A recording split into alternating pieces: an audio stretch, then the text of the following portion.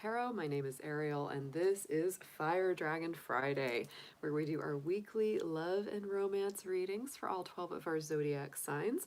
I will be going through each one of those from Aries through Pisces to give you a few heads up, info messages for what to expect or what you're going to be working with through this week ahead in your relationship life. And then after we do those, I will be opening up the chat for a session of personal tarot questions for those who want to get a personal mini reading done.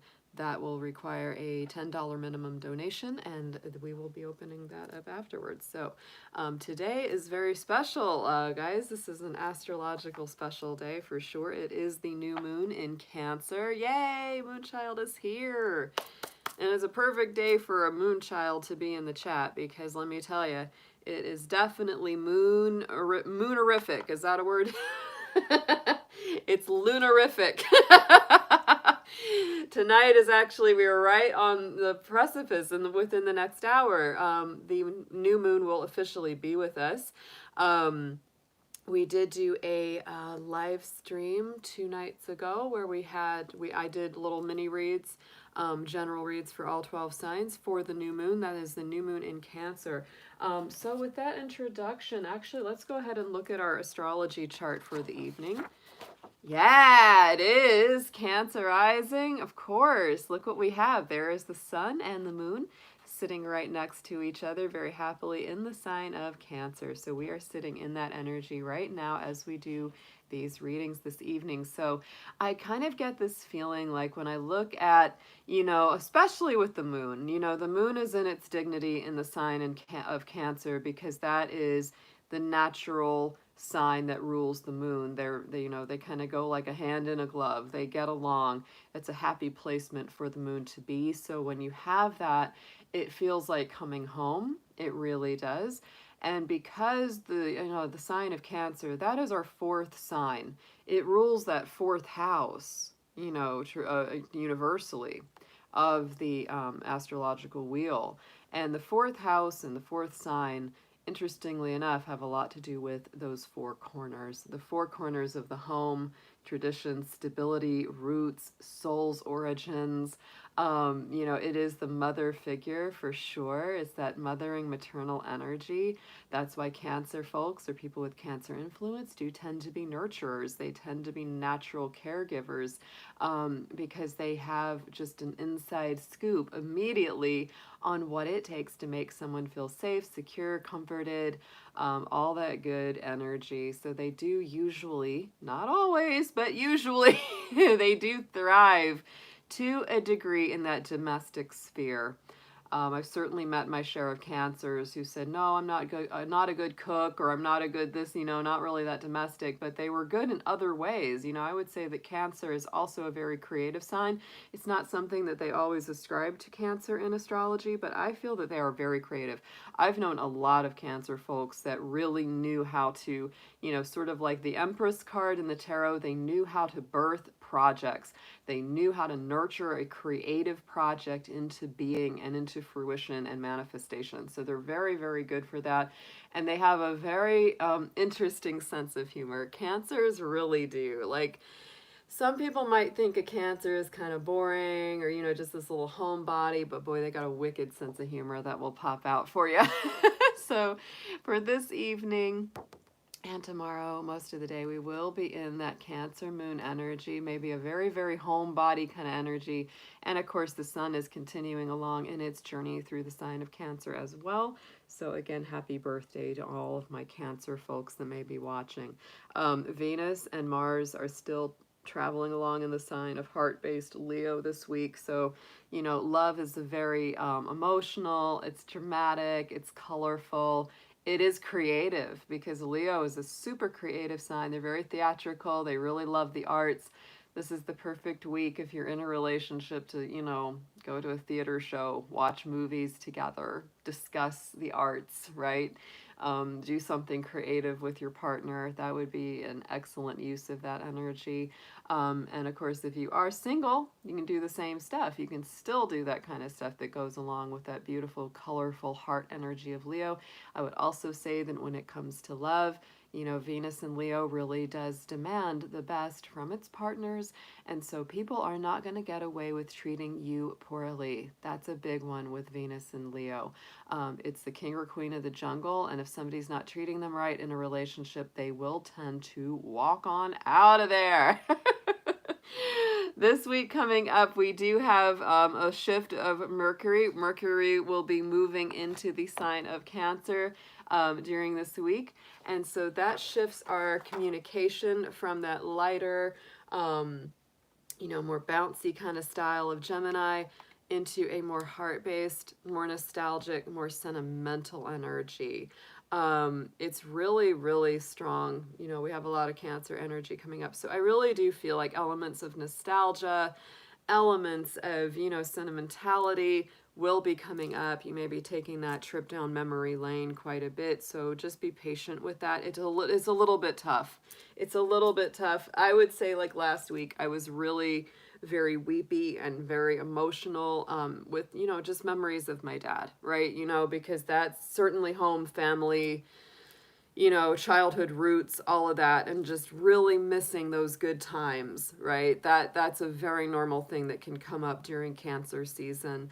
But I will say, the nicest thing that's going on too is that the sun and moon are in a beautiful trine aspect to Neptune this week. That's a really great aspect, especially when it comes to compassion, and just being a little more loving, a little more soft, a little more gentle. It is also very creative and artistic yet again. So if you are musical, creative, even if it's just little hobbies and things, that kind of stuff can really flourish during a time like this. So it's a nice energy this week, guys. It really is. It's not bad. Feels very in tune with itself, but it does have a little bit of an emphasis on the past, on those old memories and feelings of the past.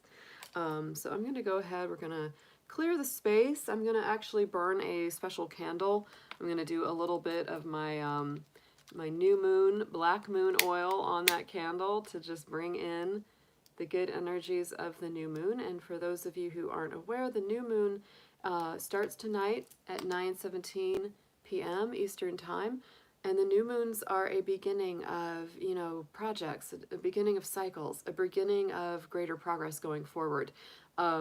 Because the new moon starts when the moon is completely full, completely black. It's a black moon. It's a dark moon.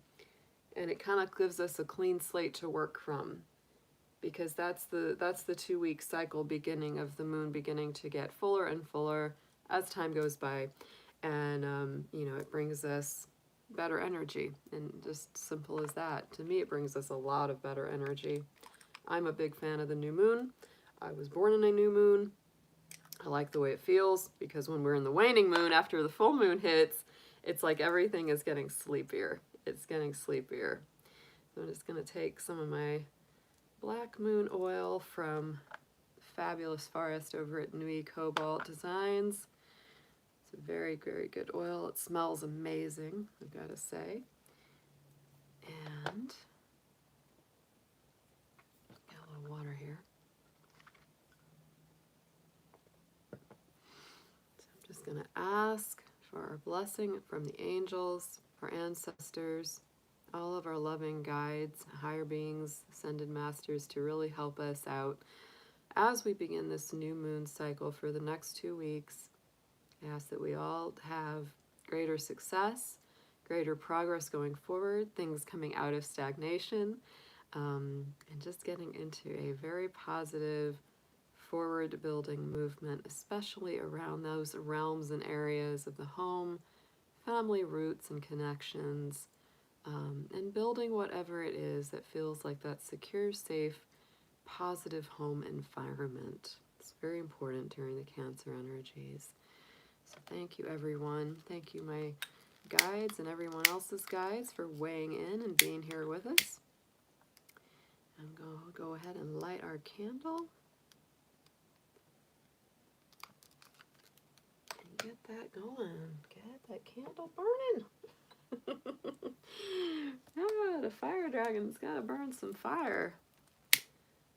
I'm going to light a little sweetgrass here.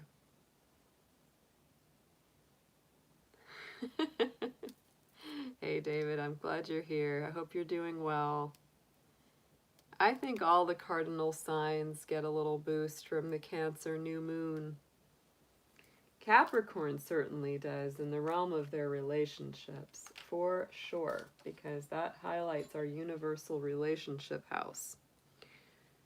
You know, I think it definitely highlights our relationships with home and family. You know, that's really what it's about, especially Cancer and Capricorn, very similar signs. They're the two sides of the same coin in a lot of ways.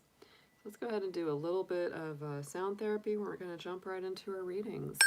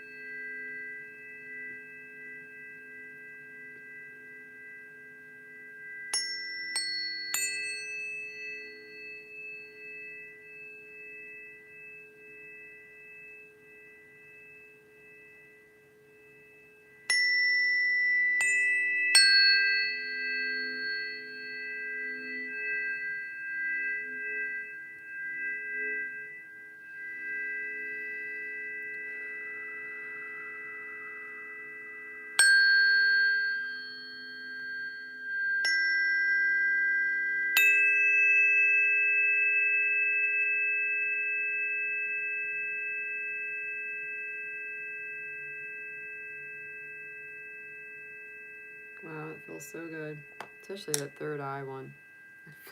I'm feeling it, right? It's coming from my third eye. It really is. Oh my goodness. Oh my goodness. All right, y'all. We're going to do some love readings in the house. Let's see what we got tonight, y'all. I'm curious to see what comes up. I am going to be doing that more simplified spread that I started doing 2 weeks ago, because it really allows us to have time to do both the general readings and the personal readings. So I'm going to do that same thing where we go around the circle. I really actually enjoy that style of reading. So I'm actually looking forward to that. We're going to move Mr. Dragon. Our little Mr. Dragon, we're going to move him over here so he can sit and watch me from a corner. Thanks, Moonchild. Thank you so much for being here to moderate. Really, really happy that you're back in the chat these evenings. I really appreciate your presence. We have missed you a lot. We really have. I'm not just saying that. We have really missed you. And we're really glad to have you back. So yes, I'm glad she's here. All right, everyone, let's start our readings out. Dear angels, divine beings of light, guardians, ancestors, and guides, let's get some messages for all 12 of our amazing zodiac signs from Aries on through Pisces. Let's start out. I'm going to lay out a wheel of 12 cards here, one for each sign. We're going to be starting out. I love this Ibiza Tarot Oracle of Tanit. And I'm going to pull one card out of this deck for each of the signs, one archetype for each sign. So we're going to I'm laying them out in a circle like I would for an astrology wheel for all 12. So we're going to pull 12 of these. And let's see what's coming through for our folks. In love and relationships especially, to show us anything that everyone needs to know for their highest and best good.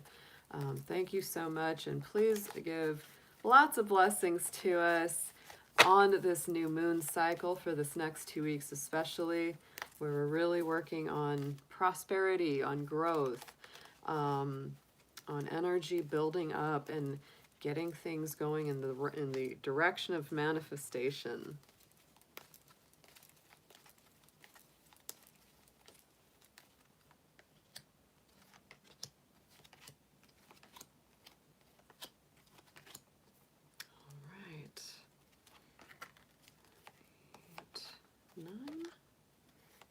10, 11, and 12. There we go. There we go. All right. It's exciting. All right, we're going to start out with Aries. Aries, let's see what we have got. Let's see what we have got for you coming out. Happy new moon to you. And your main card, I'm going to flip these over as I do them. Oh, yeah, look at that. Your archetype this week is the dolphin. It's very strong water energy. This is the same as the King of Cups in the traditional tarot. So a person who seems distant can help you greatly. Accept their advice. Very strong Cancer, Scorpio energy. All of that comes up around this card. King of Cups to me is a very strong Cancerian kind of king. It is very much about making good decisions from an emotional place, good decisions around your love life, doing things that are going to help you out in the future, meeting people that are solid, trustworthy. This can also mean you know, counseling could be something that comes up this week for you, Aries, whether for yourself, whether in, you know, a couples counseling situation. All of that comes up under that realm. And so, yeah, I feel like you're really focused on, you know, connections with people that are very emotionally solid and healthy and stable, rather than people that are not. You know, you're really laying down those very strong lines. It's a great card, especially for all the Cancerian energy coming through this week. Let's get a little tarot on this for you. Ooh, this one wants to flip. See, I know. Oh, yeah. Three of Swords. I feel like this is what it's about too this week, Aries. You know, it's like you're tired of the heartbreaks, you're tired of the heartaches, you're tired of being disappointed, tired of being let down or betrayed by people. And so this is what's leading you very strongly this week to say, I want to make better decisions with my heart. I want to make better decisions that are going to heal my heart and help me, you know, help aid in my recovery, rather than continue that cycle of disappointment and pain.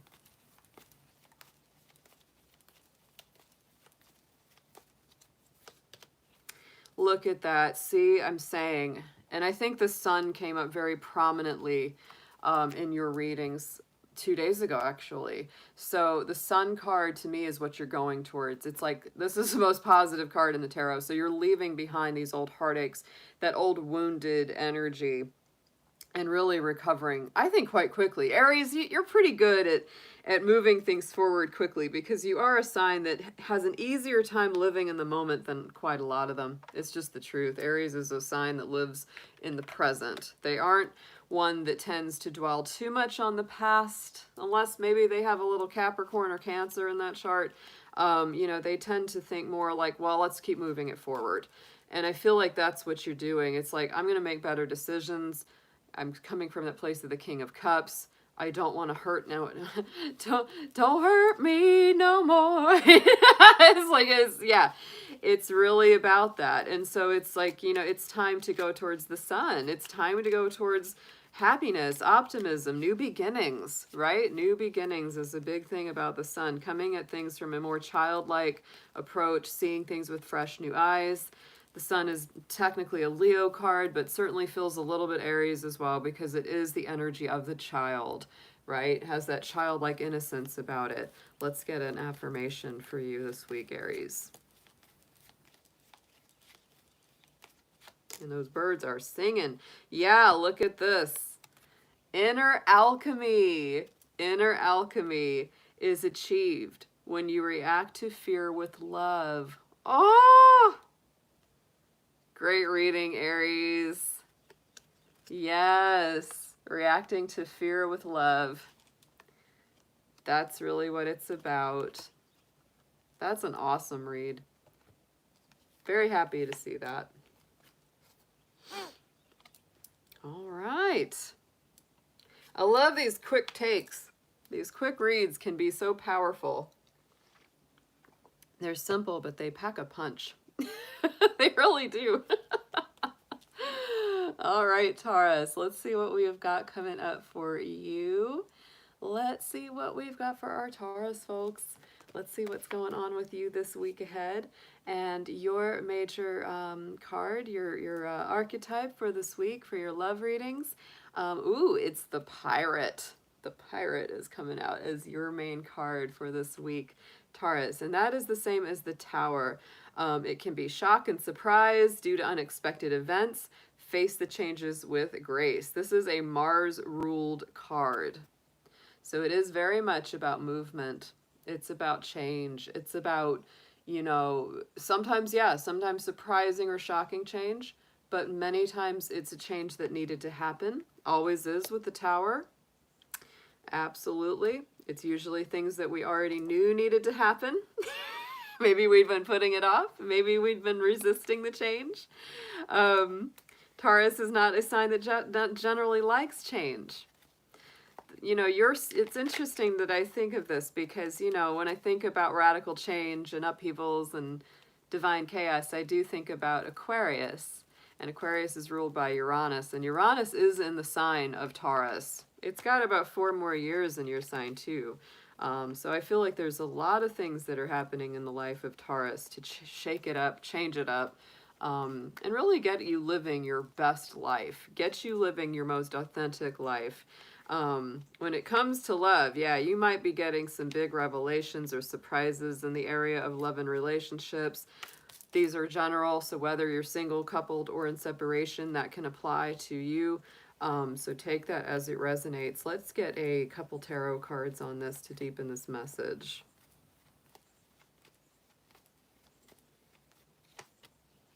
Yes, we got the Hermit card. Got the Hermit sitting on top of that Tower. So to me, this is about taking some time to heal yourself from within. If you do get some kind of surprising news or something kind of unexpected happens this week, it may kind of push you into that place where you're like, give me a minute to process. Give me a minute to kind of take this in and decide what I'm going to do with it.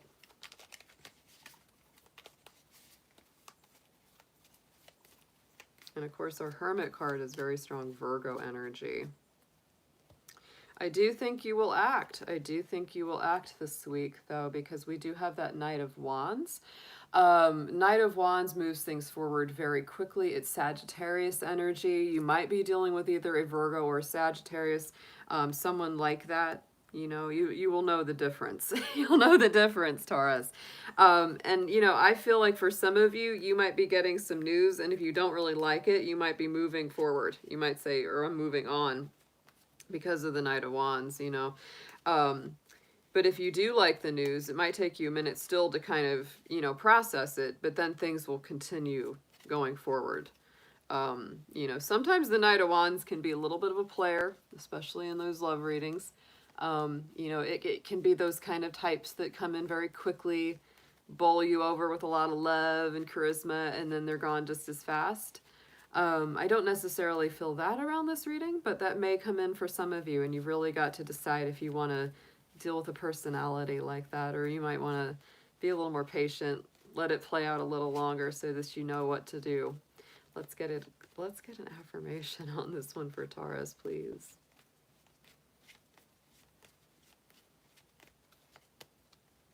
Yes, vibration. Picking up good vibrations here, Taurus. Your vibration is being raised to higher levels. You are connected to cosmic intelligence. So I would say that whatever comes through, whatever energy comes through, it's definitely meant to take you to the next level. And it always is that way with this Tower, with that Tower card. It is, you know, it knocks things down. It knocks down the old construct to help us see clearly, to get rid of something that was either a blockage to our life or was preventing our personal growth. So that's why that's there. All right, guys, let's move it on. And Marie Henson, if you're in the chat, you did pay me for a reading last time. We had so much trouble on our last live because we were, they were trying to hack me. I don't know who it was. It was just some random stranger out there, you know, was trying to hack my channel. So we had a lot of trouble on my last live. I had to stop and restart, and it was nuts. So thankfully we got through that because we're not having that situation here tonight. Goodness. But Marie, if you're here, you are number 1 on the list. for personal reads tonight if you're still in the chat. If not, if you can't stick around, I'll bump you to the next live. But I do have you on the list. Yes, it was something strange going on in here. I have no idea. Live and learn. It's all a learning curve. All right, so let's see what we've got. Geminis. Hope my Geminis are doing good out here. Let's see what we got. So Gemini, this is going to be your weekly love and romance reading. We're going to see what's coming up in your relationship energies and messages. I'm going to start you out with the first card. This is going to be the first archetype of your week. So let's see what that is the Island. That's the same as the Magician. Very, very nice. I like this. Alchemy, where ideas and action come together. Communication with awareness creates new ideas and actions. Have confidence. Transformation from human to superhuman. Very, very nice. Now, the Magician card is ruled by Mercury. Mercury is your ruling planet, Gemini. So I really feel that this is positive for you. It's a power card for Gemini and for Virgo as well. And so I would say this is a good week of self-empowerment. Don't forget yourself in the mix of your love life or your relationship life.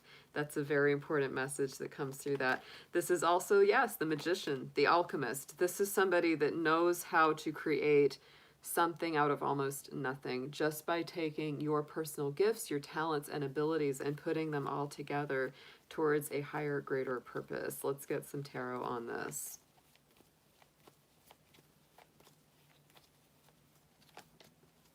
And we have the Nine of Cups. I do feel as well that this is about going towards, creating your hopes, your dreams. And it's really it's not quite to the fulfillment yet because it's the 9, not the 10. But it really is about, manifesting your goals, going in the direction of your dreams. And it could be that way in your love life. It's like, I know what I want in relationship. I know what I want and need. I know how I need to connect. And it's time to just start setting your eyes on the prize.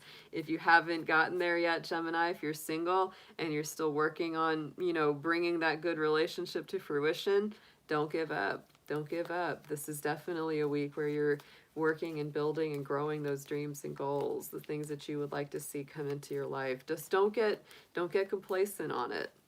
Don't give up.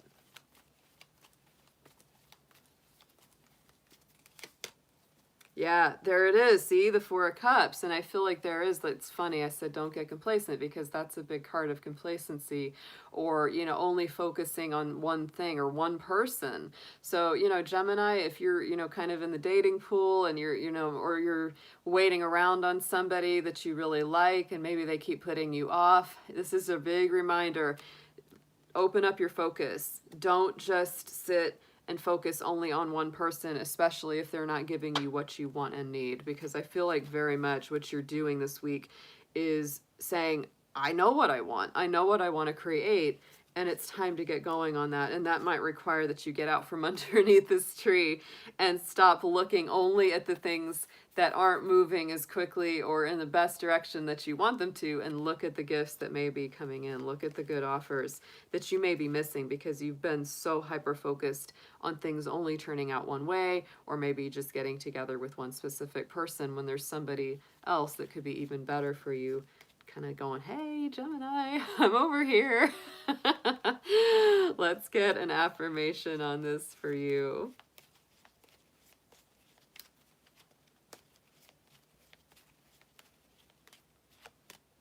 Vision. Yes, change your vision.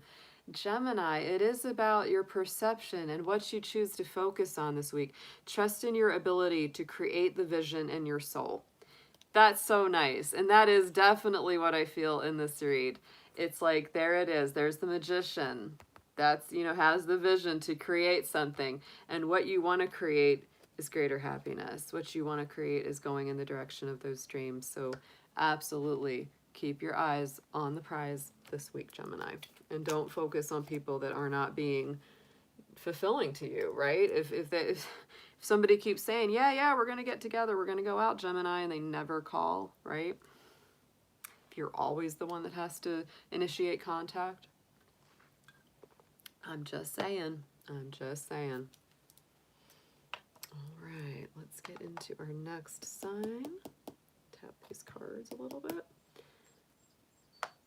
Oh, the birds are singing out there. Hey, Tasha, good to see you in the chat.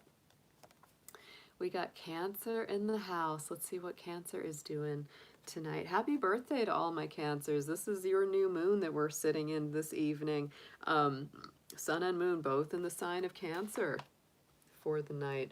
So Cancer, this is going to be your love and romance messages for this week ahead, and I'm going to start. I already pulled all 12 signs cards. They're all flipped. I've got them all face down. So I'm going to turn yours over. This is your archetype of the week from the Ibiza Tarot, and yours is coming through as the olive tree, element of earth. Enjoy new adventures and hobbies. Look at risks and rewards. Page of Pentacles. I really love the Page of Pentacles. And so I feel that this is very much about, you know, looking at new investments. And of course, in a love reading, that's investments of your heart, your time, your energy, and saying, you know, is this a good investment of my time? Is this person worth me putting that energy into? Is it worth growing these roots or starting this, you know, new project? You might also be looking at something in work. Wouldn't be surprising, because the Page of Pentacles, I always call the Page of Pentacles the little adventurer of the tarot, because they really are. It's like they have this nice solid grounded energy. It's very earthy, Capricorn, Taurus, Virgo energy, right? But it's also very much about, what do I want to grow? Where do I want to go? I've got this coin. I've got a little something to invest, whether it's my time, my emotions, my resources, and you want to make good decisions going forward with that. Let's get a couple tarot cards on this for the week ahead.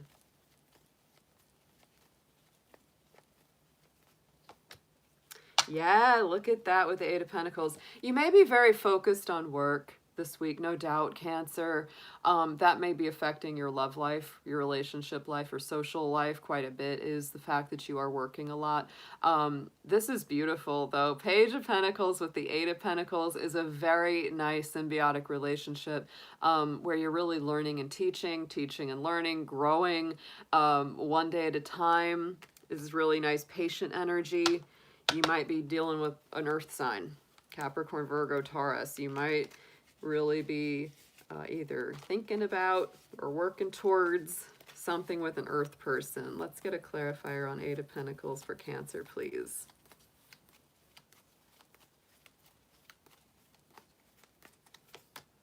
Look at that. Wow. Yes. I mean, you are about the work this week, Cancer.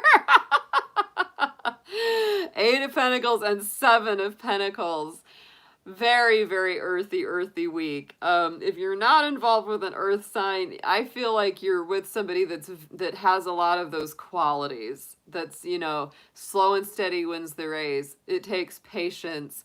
Likewise, if somebody's pursuing you, you might be kind of saying, yeah, it's going to take you some time to get my heart. You got to show me day by day that you're serious about this.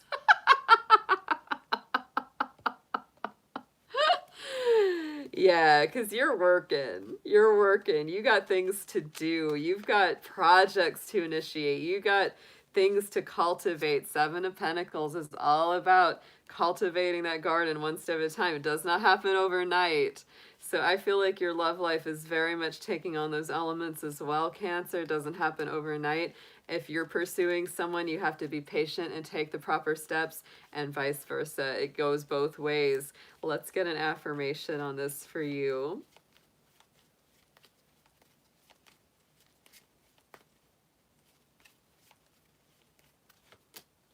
Ooh, you got the vibration card too, Cancer.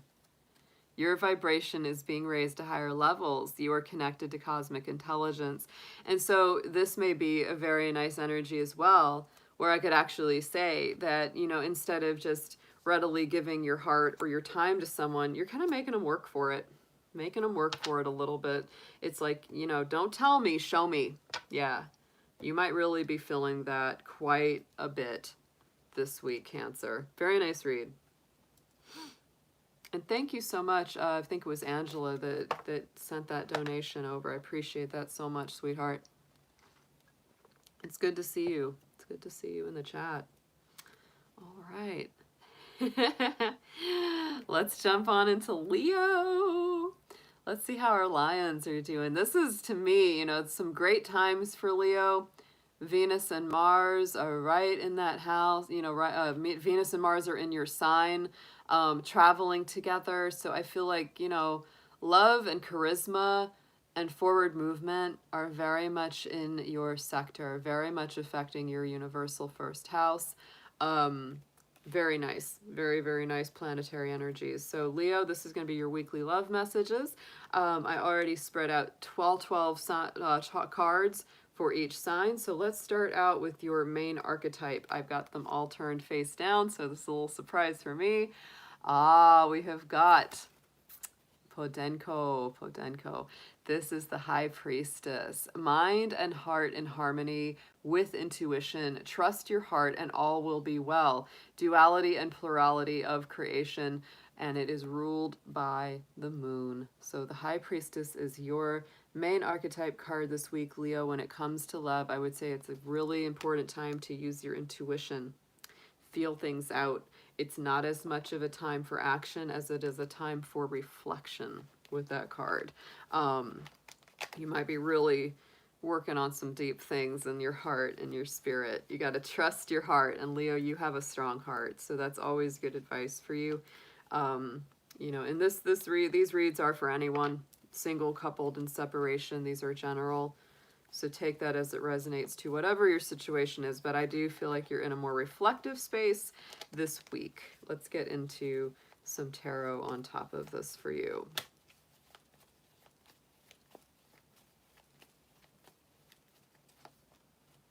Two of Wands. And you might be really reflecting on some new beginnings or some new opportunities. Which door do you want to go through? Door number 1 or door number 2? This very Aries, the Two of Wands. It's all about those new beginnings or reflecting on where you would like to go next, where you would like to head. Let's get a clarifier on the Two of Wands for Leo. For some of you might, Leos, you're pretty attractive people. You might be choosing between, 2 or more people that want to date you. It's very possible this week. You might be reflecting on it quite a bit, but I do think you'll get moving. I don't think you'll sit around with it forever. We do have the Eight of Wands, and you might be getting a lot of messages. In a love reading, many times this, Eight of Wands is those Cupid's arrows of love flying through the air. A lot of communication, a lot going on. I do feel like this is a week where there are a lot of opportunities maybe beginning to open up, a lot of different options beginning to open up for you, Leo, or at least a new door opening that maybe wasn't open to you before.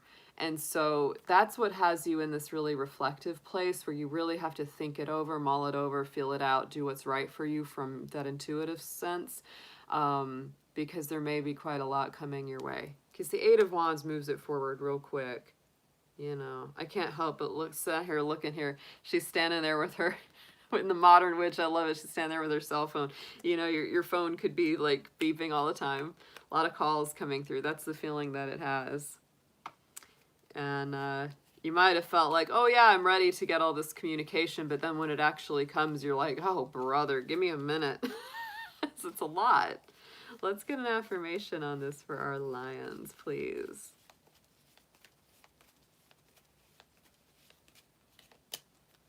Strength. I love that the Strength card came out. And this isn't even a tarot deck, but the Strength card in the tarot is the Leo energy. You are being guided by the cosmos. Stay strong. A positive outcome is assured. Yeah, it feels positive. It does. Those wands are very fiery, and it's your energy. But yeah, stay strong, Leo. Listen to your heart. You're stronger than you think. That's a big message with the Strength card in the tarot for sure. Is a energy of resilience and balance, a balance between the two sides of yourself. Really nice little read for you, Leo.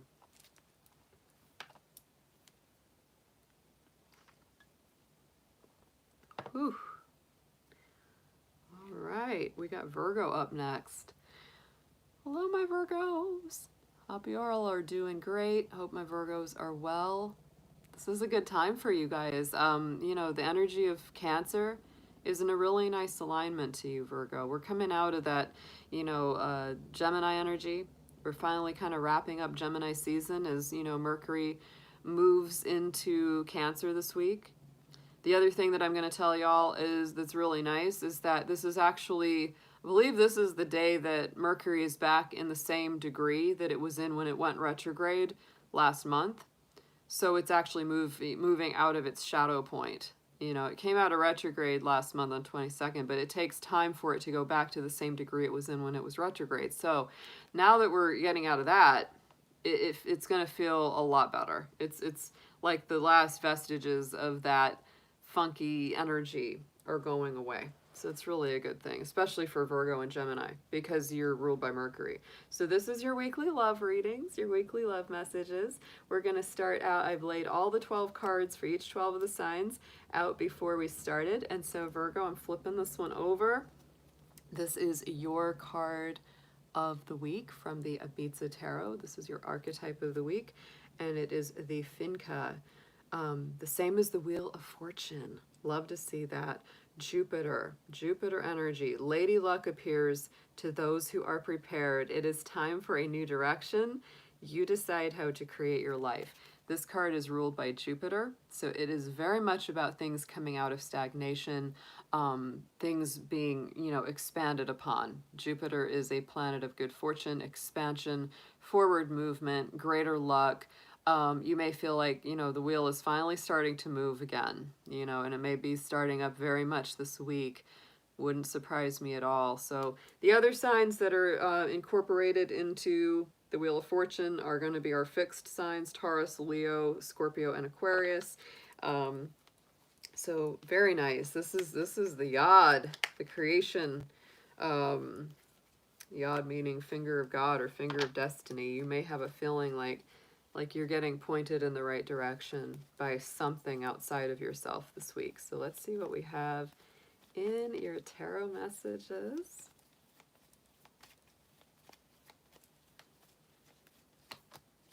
Two of Swords, you may be making a decision this week here, Virgo. That is a Libra energy. And it may be that, especially, and it's not like you've been, really indecisive for no reason.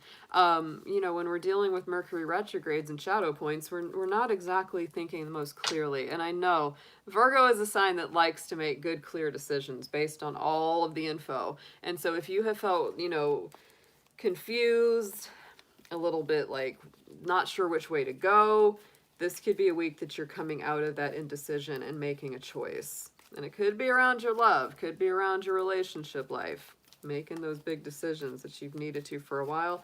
And now you're finally feeling like, oh, okay, the blinders are coming off. I'm actually able to see clearly so I can make that decision that I've needed to.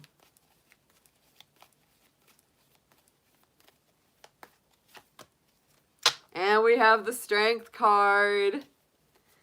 Look at that. Could be a decision maybe about a Libra or a Leo. Could be involved with those signs. Doesn't have to be, but that's a very strong Leo card. But I do feel like this is something that's going to bring you back into much greater balance with yourself. Because if you have felt out of balance, or if you felt, kind of on the fence about someone or something, that Strength card comes in there as a very powerful, very confident, it's like, no, use both your head and your heart, Virgo. You can bring those two together. You don't have to make your choice with only one or the other. And when you do that, when you bring together both the head and the heart in the decisions, you're going to get so much more progress out of those. Let's get an affirmation on this for Virgo, please.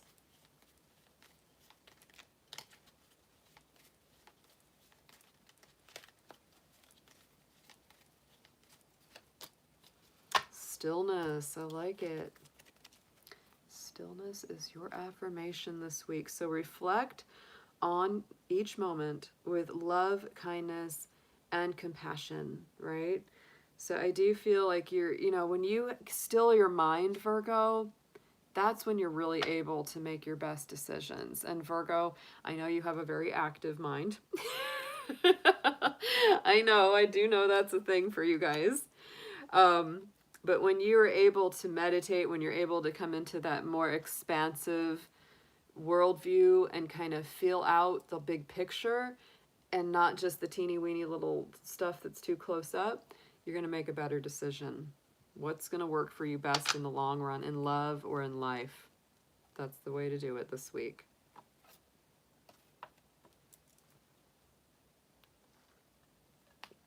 All right, we got our Libras in the house. Time for Libra. Let's see what we have for y'all.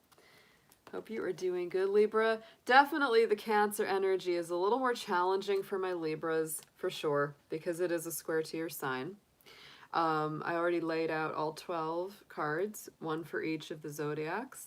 And so these are going to be your weekly love and romance messages, and your archetype coming up from the Ibiza Tarot. Oh, one of my favorites. I love it. My little hippie card. This is the same as the Devil card in the traditional tarot, so I do call this the Hippie Devil card, which I love. I just think that's would be the greatest Halloween costume ever, is the Hippie Devil. So be true to yourself. Free your mind. Get out of unclear or trapped situations. To me, the Devil is the Capricorn energy, which is also a square to your sign, Libra. So you may certainly feel that pressure. You may feel a little bit of that push and pull that comes with the energy of a square. I don't doubt that you're feeling it right now already. And to me, that's the cool thing about the Devil card, is it reminds us that we need to be in a place that is making us happy, because Capricorn energy and its negative side, it can really get trapped. It can really get, in these routines that are very unfulfilling and aren't really doing very much for them. So this is really telling you, if you've been in a situation, whether it's, love, relationship situation, that's what we're mostly focusing on here, it's time to rethink it. It's like, is this trapping me? Is this sapping my energy? Is this taking me away from what I really, really want, from the people that would be really positive and really good for me? Maybe you've been, compromising in a relationship or a pseudo relationship for a while, that, it's like it gives you a little bit of what you want, but not really what you want, right? And it's time to just not even invest your energy into that anymore. So let's see what we've got in the tarot. This is a serious one for you, Libra, but I do feel that, always with the Devil card, there's that great potential of taking back your power, right? That's why in the message on the card says, be true to yourself, free your mind, get out of unclear or trapped situations. That's a perfect summarization of what, to me, the Devil is very much about. That's the message that it brings to us. So let's see what your tarot is looking like, please, for Libra.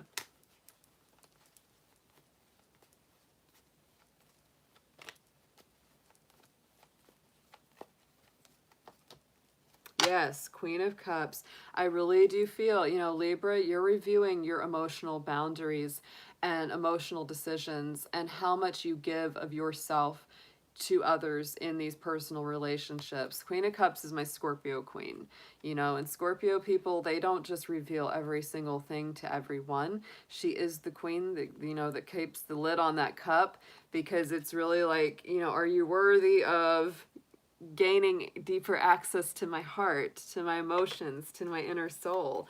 Let's get a clarifier on her. I do feel like you're really thinking that over.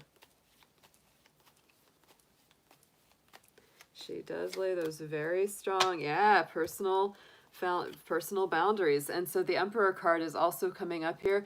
I have said, Libra, over this last couple weeks, I've noticed a lot of balance energy from Libra and Aries and Libra coming in and out of each other's readings. And so the Emperor to me is standing up for yourself. It's healthy self-love and self-worth. It's having been through some battles. You're definitely battle tested. You know what it's like to go through relationships and to have to set those boundaries. And this week may be such a time coming up yet again. So really think over or feel over, right? You know, how much you let people into your life, how much you let them affect your life.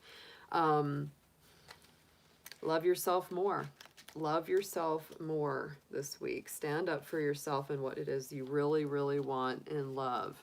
Let's get an affirmation for Libra, please.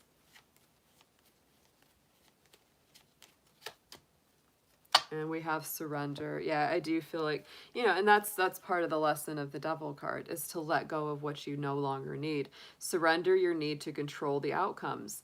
Just be with life in the present moment. And yes, when you're coming from that power of the present moment, you can make better decisions, Libra. But I feel that this is very strongly about you really getting what you want in love and not living at the bare minimum, or not, you know, just putting up with a routine that isn't really authentic and soul affirming for your heart.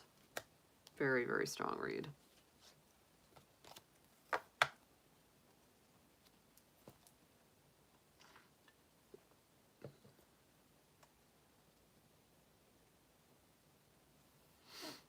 All right, let's see who we've got next is Scorpio.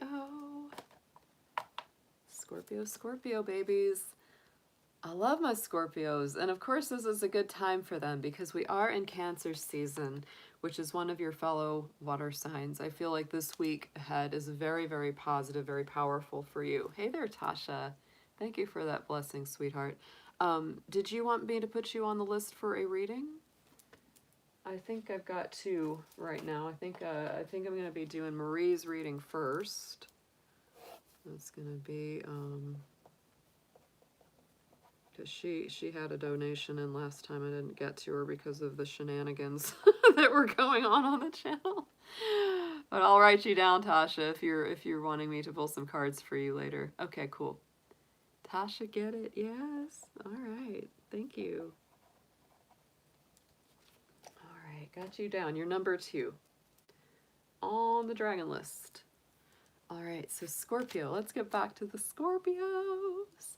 My Scorpios, I feel like this is a very empowering time of the year for you guys. It really is, you know.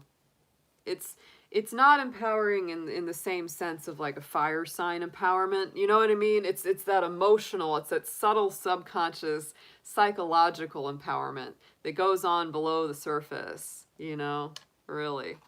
So, okay, let's see what we've got. This is your love messages for the week ahead, and I love it. Your card that came up for this week is the Seahorse in the Ivica Tarot. That's your archetype for the week, and this is the same as the Queen of Cups. Interesting enough, I was just talking about her in the Libra reading. I said that's my Scorpio queen, so I feel like this is a really strong power card for you for this week. The message on here is change happens from within. Assistance in the form of a counselor or good listener can be very positive for you this week. Very nice. I really like that, because to me, yeah, that speaks exactly to what I said. You know, this is a subconscious empowerment, psychological and emotional growth that's happening for you this week, Scorpio. Amazing. I love the synchronicity of what I was feeling for you with the astrology, and then having it get kind of confirmed with the card. Let's get some tarot on this for our Scorpio folks here, please.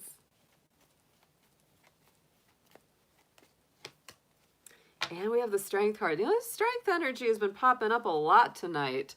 There's that Leo energy. So I do feel like there is a message of personal empowerment here this week, Scorpio. Whether it's love, relationships, and you know, these are general. So if it's never mind if you're single, coupled, in separation, whatever your situation may be, this is like your heart is really getting empowered.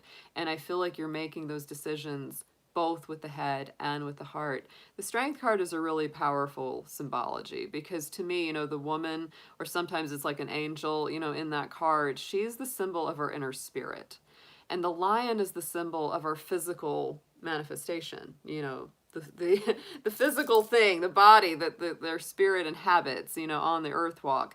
And that's why the lion, you know, it needs a lot of calming down from our inner divinity, from our inner spirit.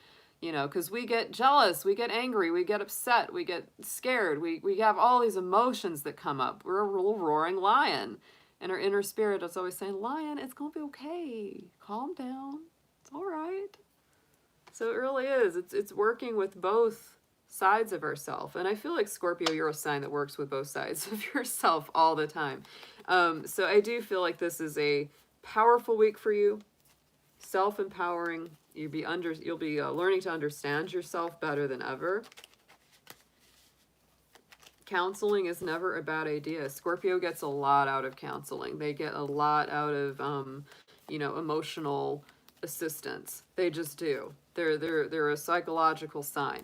So they always get a lot out of that. Let's get a clarifier, please, on strength for the Scorpio family.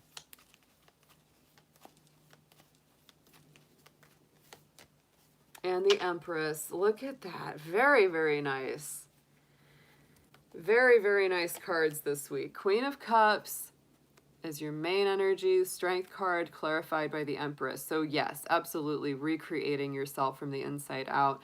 Nurturing yourself, nurturing your projects, nurturing your relationships with a lot of love, a lot of constancy. The Empress is a master manifester too. So I don't feel like it's all just going to stay in the ether, right? It's not just going to all stay in that ephemeral subconscious. It will manifest over time. Just give it a minute. It will. Let's get an affirmation on this. Very nice reading for Scorpio this week.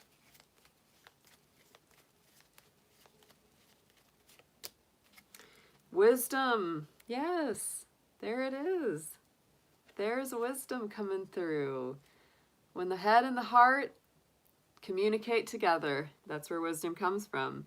See your adversaries as opportunities to expand your spiritual light.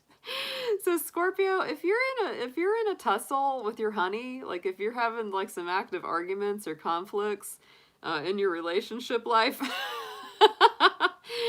it's time to see them as opportunities for emotional and spiritual growth. That's awesome.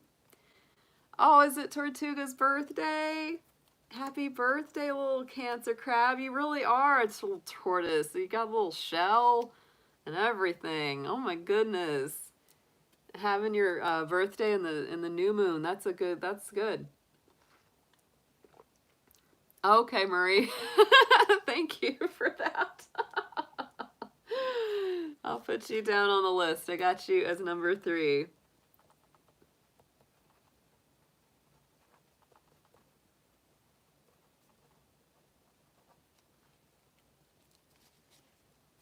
Tortuga is Daisy's honey pie.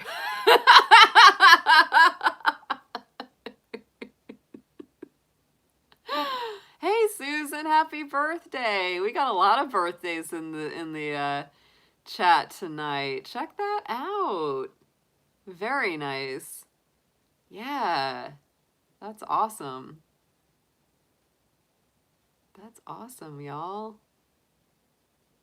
Happy birthday to all my Cancer folks. My goodness.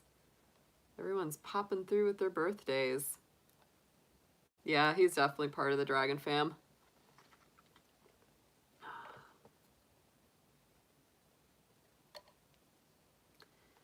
All right, Sagittarius. Let's see what we've got coming up for Sagittarius.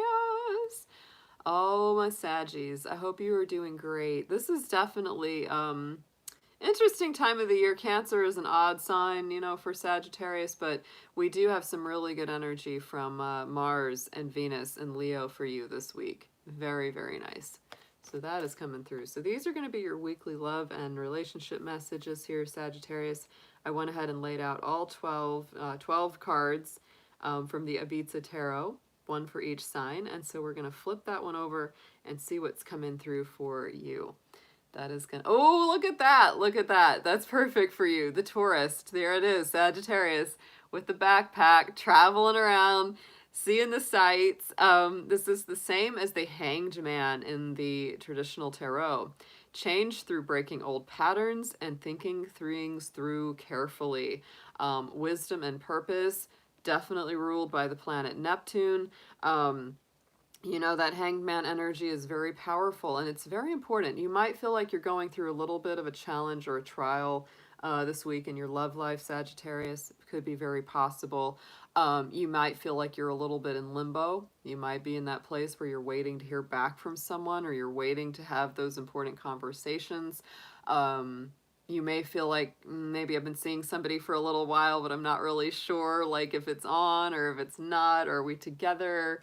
Are we not? You know, this might be the feeling that you have around relationships. And so a big thing that's important with the Hanged Man is release. It's a card of surrender. It's a card of letting things go and not hanging on to them too tight, because there is a spiritual journey, a spiritual path of enlightenment that's unfolding with that card. So it's sort of like the way out is through. You know, it's like if it's uncomfortable or it's challenging this week, just got to punch through it. Just got to have the experience, right? Let's get a clarifier on this one for you. And look at that Magician card. Yeah, it's definitely time to gather your resources, your energy, your heart, your emotions, bring them together in something that's brand new, creating something new out of this, out of that challenge. I feel like there's almost, you know, maybe some closures and also some new beginnings happening for you this week in the areas of love and relationship. Keep in mind these are general messages so that they can be, you know, for anyone, single, coupled, or in separation.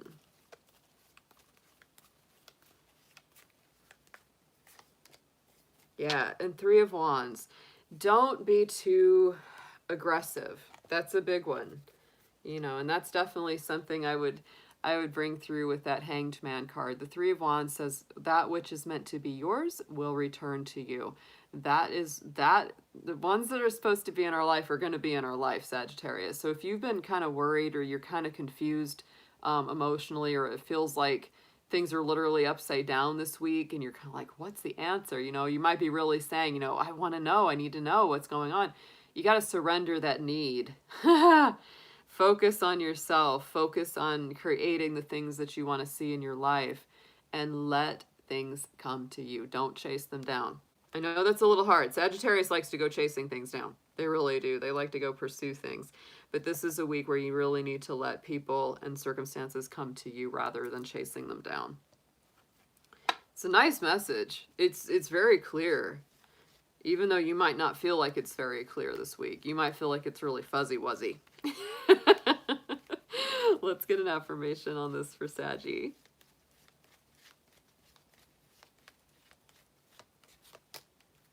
Observation. Yes, exactly. Observation.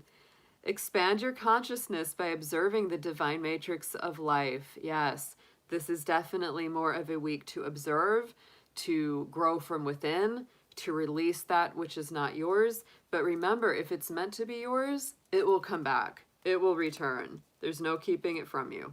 If something's meant to be yours, and nothing you can do to stop it. I always believe that. Oh my goodness, everybody's showing up. Hair raising. Hey Nancy. And Tortuga. Tortuga got in here. Good to see you, hun.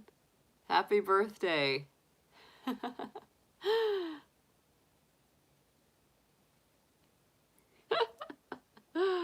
All right, we just got done with a Sagittarius reading. It was really good. I liked it.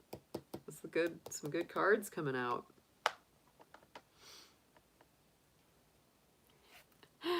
All right, Capricorn. Let's see what we got for our goats. Goats. I hope y'all are doing great out there. To my Capricorn family. Definitely an interesting energy, you know, for Capricorn, because we've got the sun and the moon, the new moon in Cancer tonight. All of that energy lights up our universal relationship house, Capricorns. Just letting you know. So if you feel a little extra focused on relationships right now, there's a reason for that. So these are going to be your weekly love and romance messages. I went ahead and laid out all 12, one card for each sign, 12 cards. And so I'm about to flip over your card, Capricorn, and see which one we've got for you. Ah, very nice. The flute. The flute is your archetype card this week from the Ibiza Tarot. This is the same as the Hierophant card, so that's very strong Taurus energy. It's very earthy, determined. The message on here is connection to spirit, understanding and education, ritual and celebration. Life is magical. Very nice. Divinity and gentility. I really like the message on that. Understanding and education, ritual and celebration, life is magical. So Capricorn, this may be a week of, yeah, if you do ritual or candle magic or any kind of spell work, meditation, prayer work, this could be a very strong week for that, because the Hierophant is all about that. It is all about those spiritual traditions, right? Getting very grounded and very rooted in those. It's that high priest energy. It's really that strong cultivated connection with the divine. I also would say that the Hierophant is a very strong card of devotion and commitment. Capricorn is a very devoted sign, very committed. Once they get committed to something or someone, they don't give up on it. So, even if you're going through a challenge, if you happen to be going through a challenge in love, this could be saying, don't give up. It's going to be okay. You're very committed. You're very devoted. And it is time to get grounded. It may be time to do some planning. It may be time to be working out some future goals or future plans around love this week. But I do really like that flute energy that comes through in that symbology, because, Taurus energy that rules the Hierophant is it's Venus ruled sign. So it is very creative, artistic, sensual. And so a good time as well, I would say, Capricorn, express yourself through creative ways. Even just listening to music with your sweetheart or sending them a song that you like. That could be a very positive thing to do this week. So let's get into some tarot for you, Capricorn.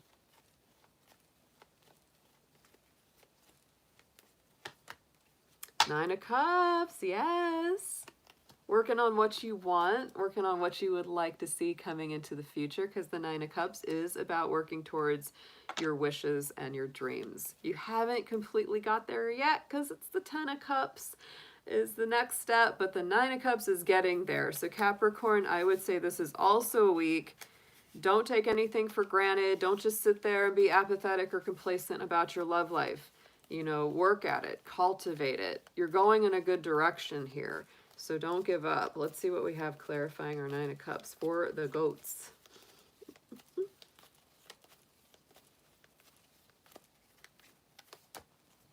Three of Wands, yes, and let it come to you, Capricorn.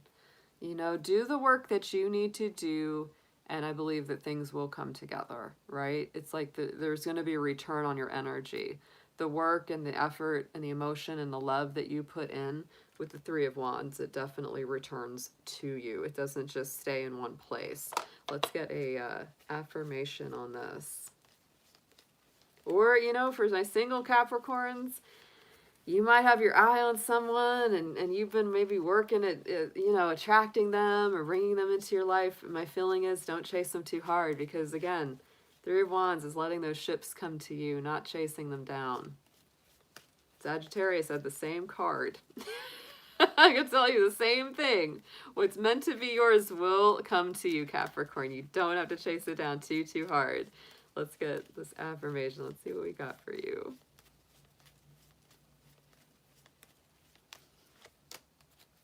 Dreams. Yeah, focus a little on those dreams, Capricorn. Goats don't daydream quite enough. The universe speaks to you through your dreams. Those could be night dreams. Those could be daydreams. But listen to that. Those are higher messages from Spirit. Very nice. All right.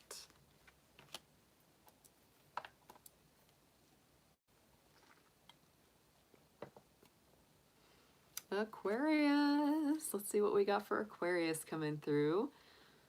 Interesting times for Aquarius. Actually not bad. I mean, Venus and Mars are both in Leo, and that lights up your universal relationship house. I feel like love and energy and movement towards love are very much on your mind. Very much on your mind. So these are going to be your weekly love and relationship messages.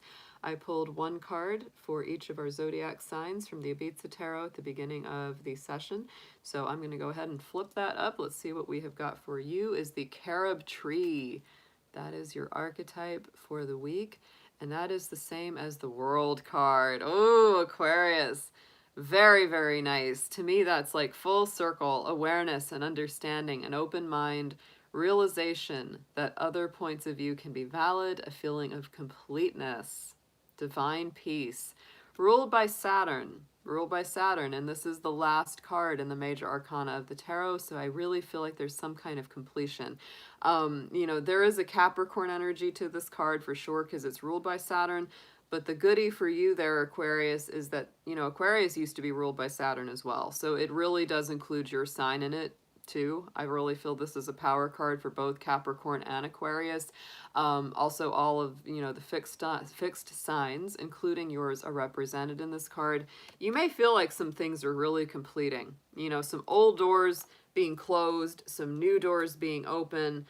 I would say for my single Aquarians, this could be a new relationship coming in after maybe a very long time of struggle or isolation or loneliness. This for my coupled up Aquarians could be saying, old difficult times in a relationship you're in are going away and new good things are opening up for you, or maybe something that had stalled you out in the past is going away and now things are starting to move in a much greater direction. But it is a very, very nice card, guys. Let's get some tarot on top of this for Aquarius, please.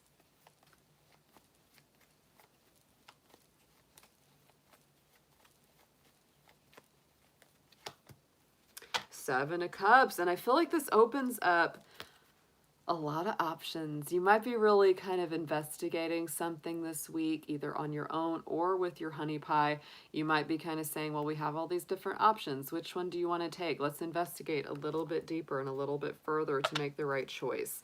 You might be feeling a little overwhelmed with choices this week, Aquarius. So just, pace yourself. Don't let it get overwhelmed. Simplify your to-do list as much as possible.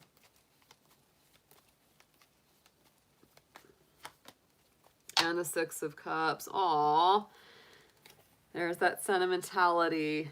There's that nostalgia. Yeah, I feel like, this could also be like, for some of you, I almost feel like there's a sense of like confusions or, I don't know, like a lack of mental clarity that's getting cleared up a little bit here. I like that it's kind of the 6 and the 7 that go together. I feel like you're kind of, maybe returning to somebody that, you really love, or someone's returning to you that really feels for you. Could be somebody from the past. It could be for some of y'all.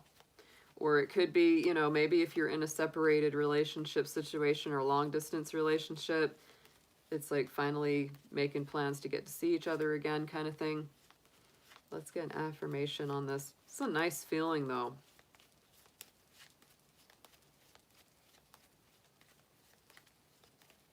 A lot of closure, and a lot of completeness, a lot of going forward to the next level.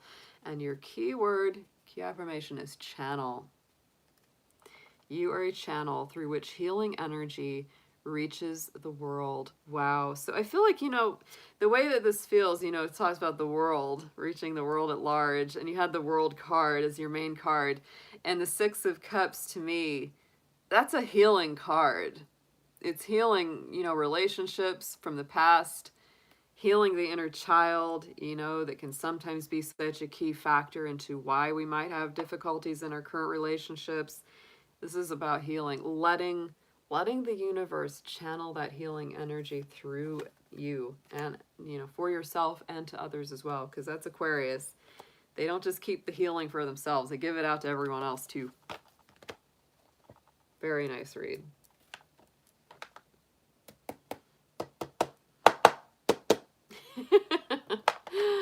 And we are wrapping up our 12 zodiac signs with our sign of Pisces. Pisces, my fishy friends, my little mermaids out there. I hope you guys are doing great. These are your love and relationship messages for the week ahead. I went ahead and pulled one card for each of our 12 zodiac signs before we started tonight's session. So I'm going to flip this one over and see what we have got for you. And that is the Phoenician. That is your main archetype for the week ahead. And that is the same as the Justice card. Very nice. Balance, equilibrium, order being restored, wrongs being righted. This is Libra energy, very balanced. Find your balance and fulfill your karma. Fairness, dignity, and integrity. You will receive what you deserve. Crowning accomplishments, right? That Libra energy, it is that equal give and take. If you've been nice, Pisces, nice things come. If you haven't been so nice, you get the other kind.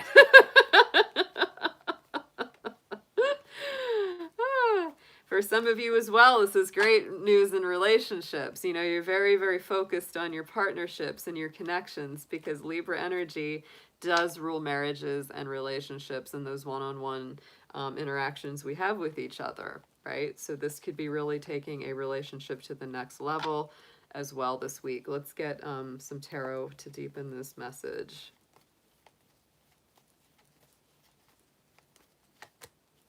Knight of Pentacles. To me, I like this one too, because this is some Virgo energy coming through, which to me really balances you out. And the Knight of Pentacles is like, let's make a plan, Pisces. Pisces tends to live in the realm of the dreams, the realm of the imagination, the more ethereal plane. And so when this comes through, I feel like what it's telling you is to make some solid real world plans for going forward with something to do with love, something to do with this partnership or relationship. So definitely, Pisces, it's time to make a plan. It's time to get organized. The Knight of Pentacles is the most successful knight of the tarot because they are the most prepared, right? They have a plan already in mind. They've got their map ready. They've got their provisions. They don't just jump on the horse and take off. They make a little plan before they jump on the horse and get going, right? It's their little turtle knight. Knight of Pentacles, little turtle knight. Slow but steady wins the race with the Knight of Pentacles.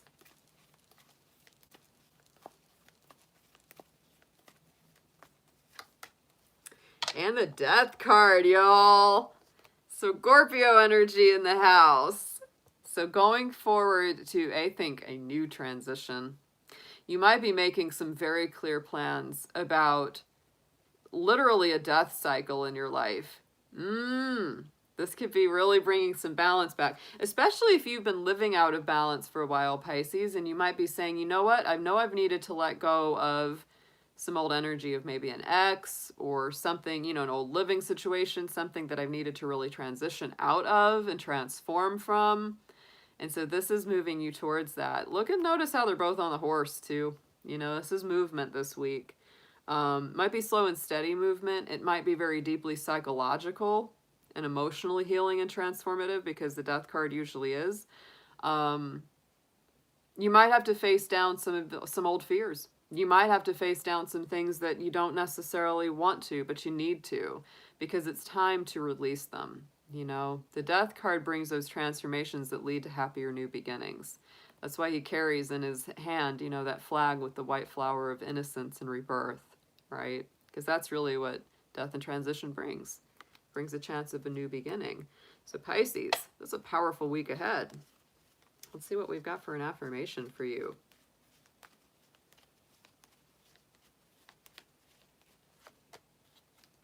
We have vision. Yeah, don't lose the vision. Because that to me is the vision.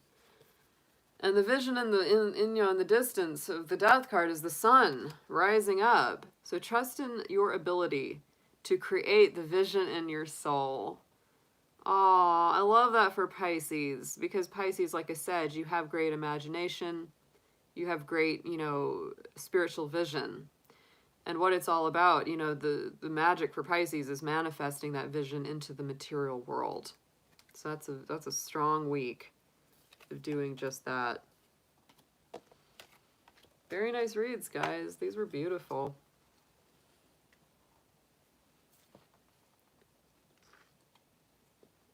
We are done with our 12 zodiacs. We did those quick.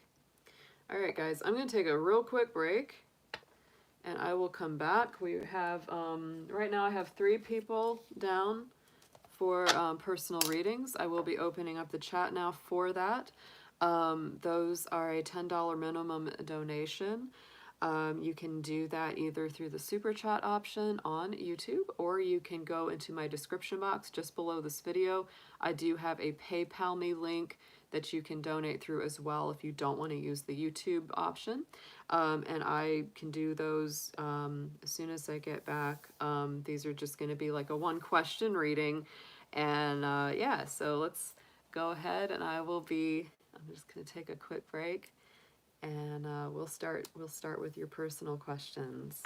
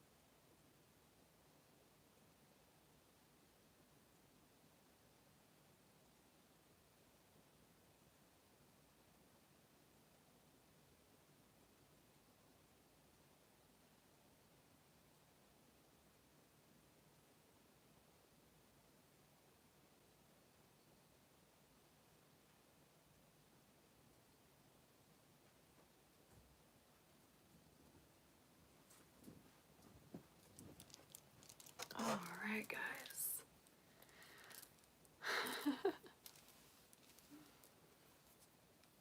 All right, so Marie,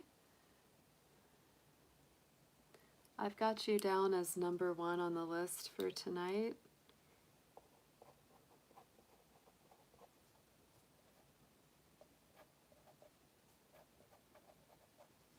So if you if you want to put your question up, just let me know what that is, and we will dig right in.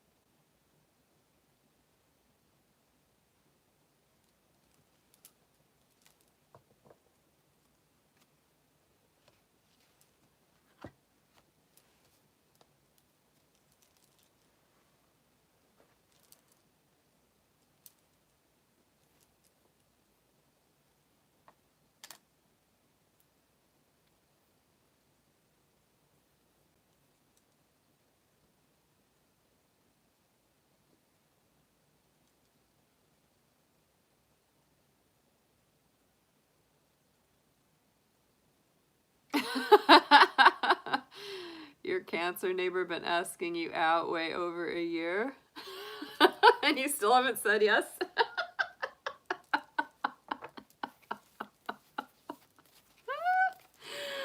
Okay, let's see what we got.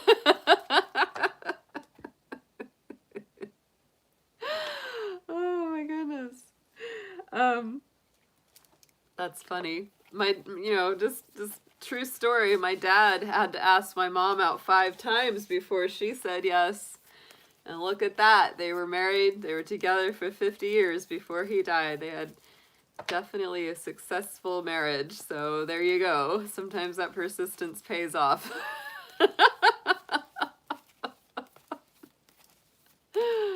Oh my goodness. All right, Marie. You say no, COVID. No, we did watch fireworks on front porch.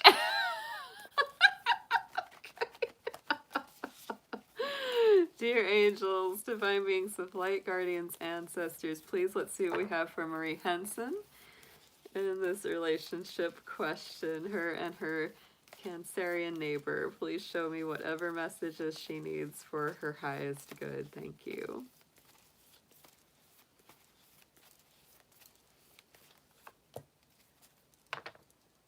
Simplicity is your main keyword here. So don't overthink it. Don't over worry it. Keep things simple. Don't overthink. That's a big thing here. That's a big thing here with this. Is to not get too much into the worries. Don't get too much into the fears. Or making more of something than needs to be made, right? Keep it simple. Let's get some tarot on this for you. Past, present, future, please.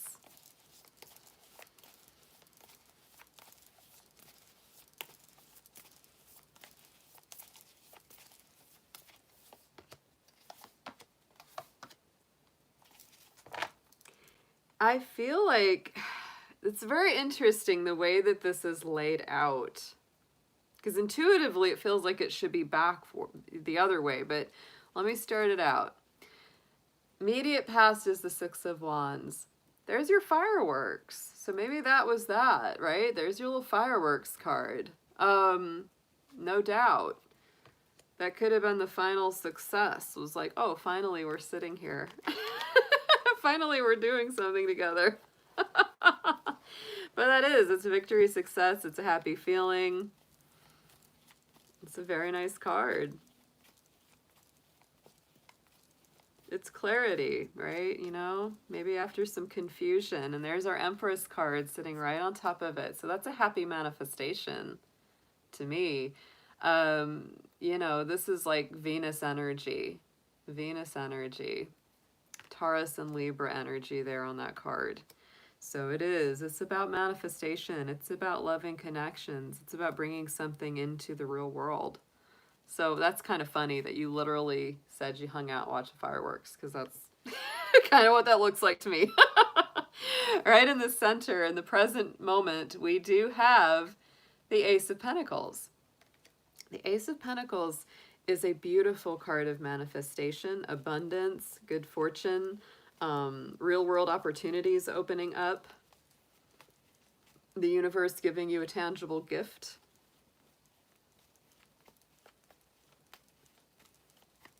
Always feels like you're on the right track when you're on that Ace of Pentacles. And on top of it, we have the Ten of Wands. So I do feel that at the same time, things are moving forward. Aw, that's sweet, Marie. Ten of Wands is the end of a burdensome cycle, end of a difficult time, right? And I do feel like that's a very nice feeling. I feel like that's, you're going forward. There's real world things manifesting, and what it kind of allows you to start doing is putting an end to the things that were really weighing you down or really causing you a lot of struggle or burden. Into the future is the Four of Cups, right? So I feel like, it's just really guarding against any sort of apathy or complacency. It's telling you don't miss a magical opportunity here. Don't get distracted by things that aren't that important or aren't that, big of a deal. That's why that simplicity card comes in. It's like, don't make it more complicated than it needs to be. Let's get a clarifier on the Four of Cups here.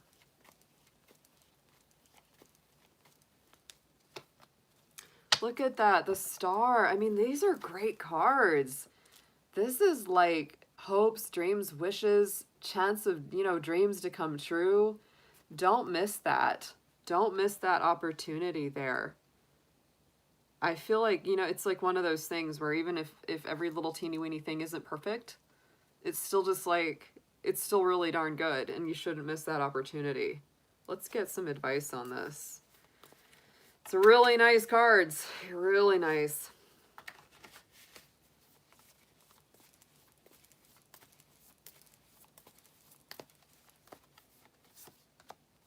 Yeah. Feels good to me. It's a big change. It's a big change, right? Suggested approach is transformation. The Tower card. Let that tower burn, baby. Let it fall. Don't be worried about, you know, getting rid of old foundations or getting rid of old things that no longer serve you. It can be like such a surprise, right? Such a surprise. Powerful revelations, breaking free of procrastination or old systems. Yeah.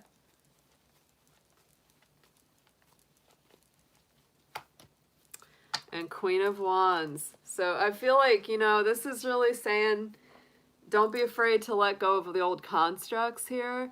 And also, don't be afraid to be loving, warm, generous with your heart. Queen of Wands is Leo energy. Very much my Leo queen. She's very magical, very emotionally generous, right? Because her energy is basically saying, like, I don't care. Like, I will give my love. I will give my heart. Because even if I don't get back what I thought I, you know, should get or what I wanted, I've got more where that came from. I've got an unending abundance of love and warmth. I'm like this, you know, unquenchable fire, right? So I would say the suggested approach is to be very warm, loving, generous, fun, sexy, self-confident, right? Really value yourself. Queen of Wands definitely values herself. Don't be afraid to dress up. Don't be afraid to put a little time and energy into yourself. That's for sure. And so the potential outcome here is the Balance card, the Temperance card. So definitely it's a balancing act, you know, 1 foot in the water of emotion, 1 foot on the dry land of practicality. You know, but to me, this is like, you know, and he may have different opinions on things than you, which is, you know, it's fine. Blending the ideas of others with your own to create something extraordinary, right? Successful compromises, the power of diversification. Don't be afraid if they're not just like you. This is bringing you, you know, something that maybe you've needed for a while.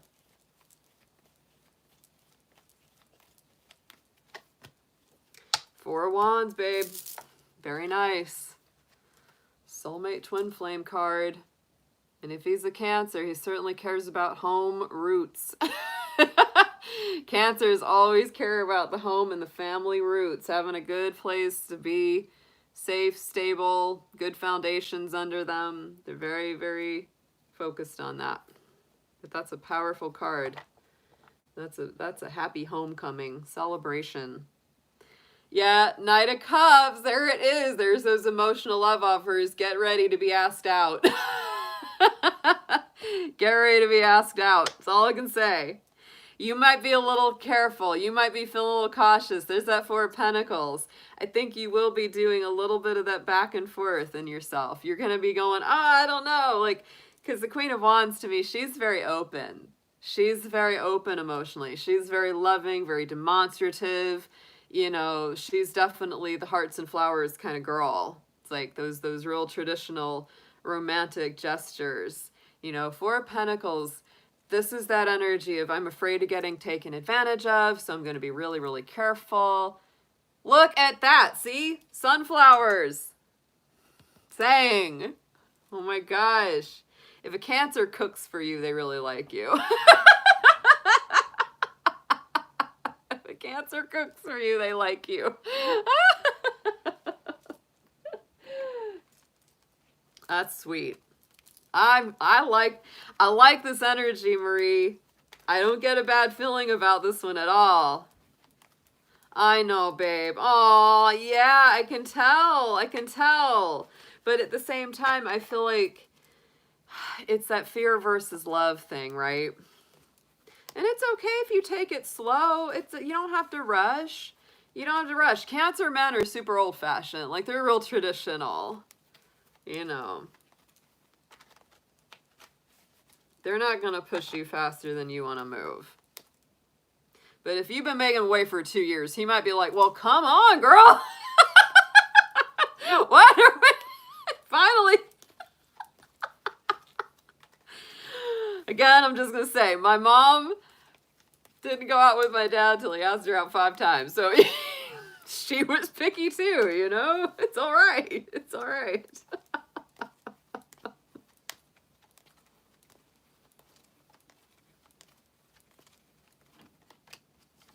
Aww.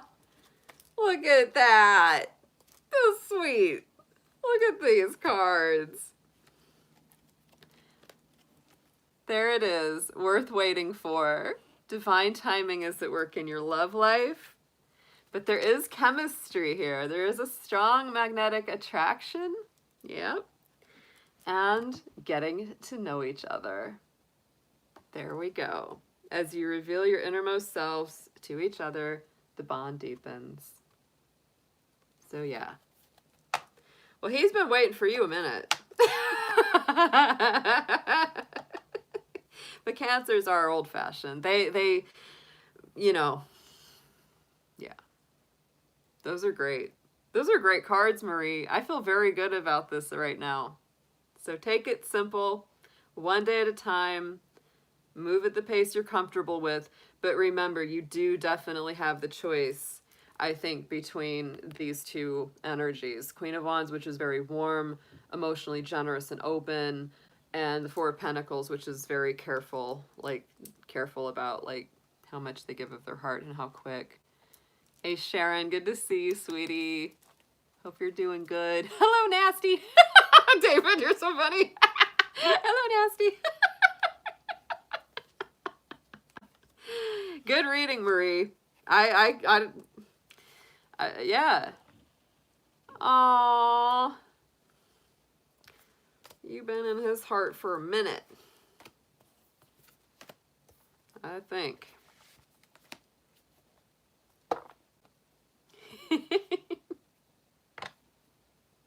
You've been on his heart and mind for a minute.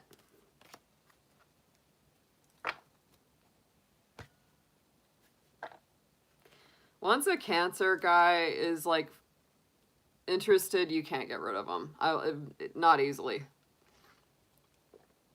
I will never forget years and years ago. I would go for it, Marie. Even if you take it slow, I would go for it. These are great cards. They are. They're really good cards. And I don't feel funny about it. You know what I mean? If it wasn't, it wouldn't be. And I trust my intuition with that kind of thing. Yeah.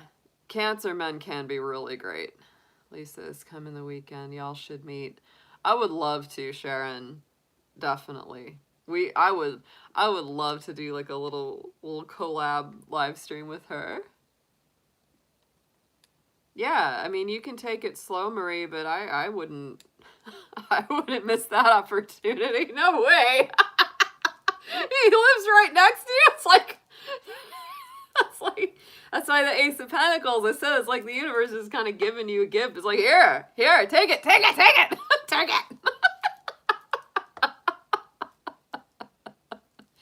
You know each other's past crap. See, that's important. That's important. That's so important. Oh yeah, I think actually she already texted me. It sounds like a movie or a song, Marie. 2 doors down, just 2 doors down, he was sitting there. All your neighbors are old people. All my neighbors are old people or jackasses with too much money. That's most of the neighbors, most of the people moving into this neighborhood. I don't like it, really. Yeah, Dolly Parton, exactly, Marie. My birthday sister, me and Dolly Partner, both born on January 19th. I love Dolly. Yeah.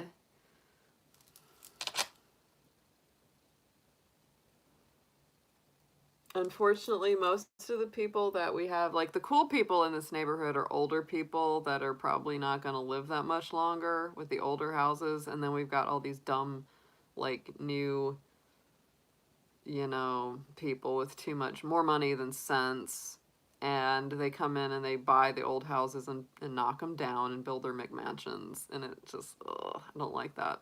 Don't like that. I'd rather live in the little old houses. Much more so. All right. Great read, Marie.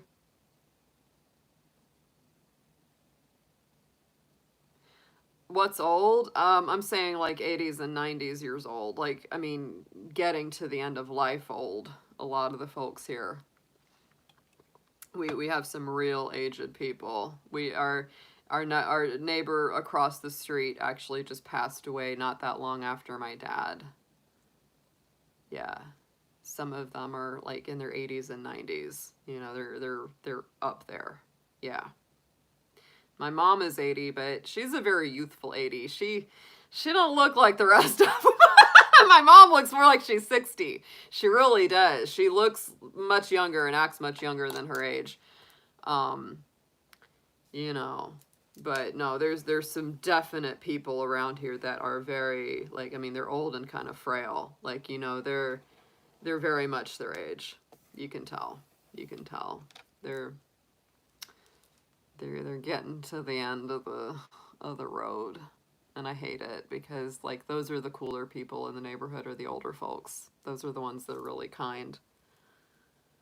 Unfortunately, a lot of the ones that are moving in that have the new money and are knocking things down are like my age. 40s, 50s. They're like, and they're stupid. Like a lot of people my age are stupid. I don't mind throwing my generation under the bus. They're dumb. They come in there and they're like, I got the hot job now. I'm going to knock down your old house and build a McMansion. It's like, stop. Stop.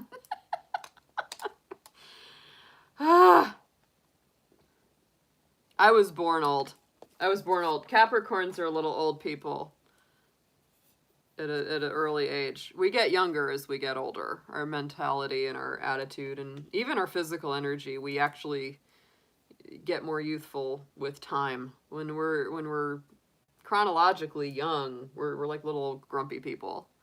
See, I love old houses too. Nasty woman. I do. I like the old houses too.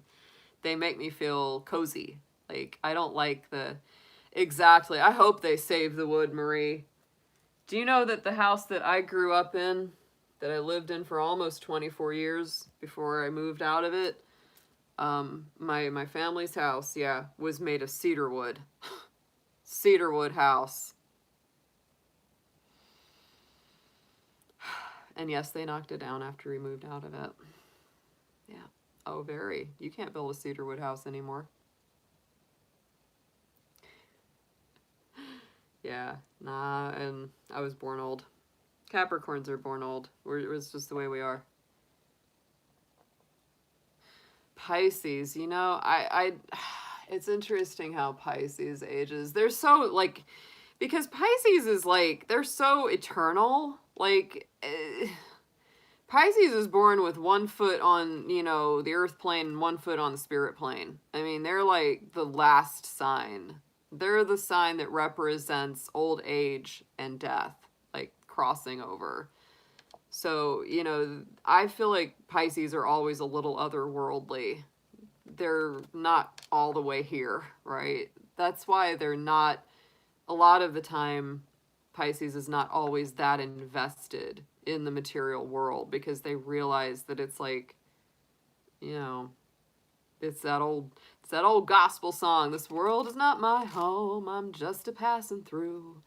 My treasures are laid up somewhere beyond the blue. The angels beckon me from heaven's open door, and I can't feel at home in this world anymore. Yeah, that's Pisces. This world is not their home. They are just a passing through. Yeah. Yep. That's really how they are. You know, they're the little otherworldly. Yeah, Pisces don't age. They have that kind of eternal thing. They don't like to talk about it either. Remember Hector Mercado? Mucho, mucho amor? The famous Latin astrologer? Yeah. He was a Pisces and he like wouldn't talk about his age. He was like, no, no, no, no. He's like, we do not talk about that.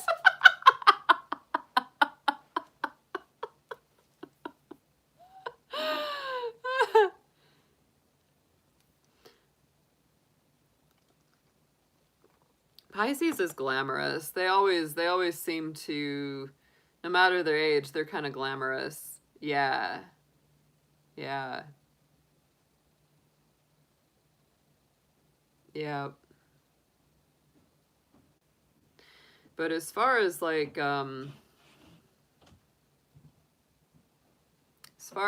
the signs, I would say that Capricorn ages the best and Taurus is about the second best out of the zodiac as far as like physical chronological aging in general.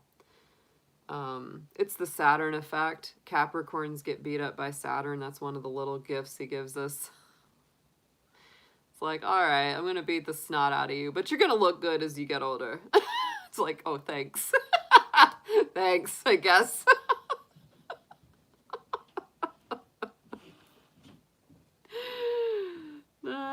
I've seen it firsthand. I mean, Capricorns just, it's like, they're freaky that way. Like, they just don't really get old that way. Like, it's a reverse aging process. It really is. It's not just like, it's not just about the looks with Capricorn. It really isn't. It's not about the looks. It's really about the whole attitude, their whole energy. It's like, Capricorn takes everything so hard and so serious when they're young that they actually lighten up a lot as they get older. They relax a lot more. You will be, yeah, David. No, you're not gonna age much. I'll prepare you for that. You'll never get the respect you feel you deserve because you'll never look old enough. You know, it's funny. Like when I was a teenager, I thought I can't wait to be older because then people will respect me. Well, now I'm older and they still don't because I still don't look super aged. And I'm like, okay, great. They're always gonna think I'm a kid. Yeah, yeah. Capricorn, funny enough, too, rules the bones and the joints and the skin and the teeth, the skeletal system. Um, so Capricorns do tend to have good skin. They do tend to have good skin. But they really do benefit from lots of flexibility exercises, yoga, massage, chiropractic, anything that gets the bones moving because they do have trouble with that. You know, most Capricorns don't tend towards being overweight, but if they do, you know, genetically, they need to be careful with it because their knees are a point of weakness and they need to have, you know, they need to not beat up their knees too much. Am I describing Tortuga?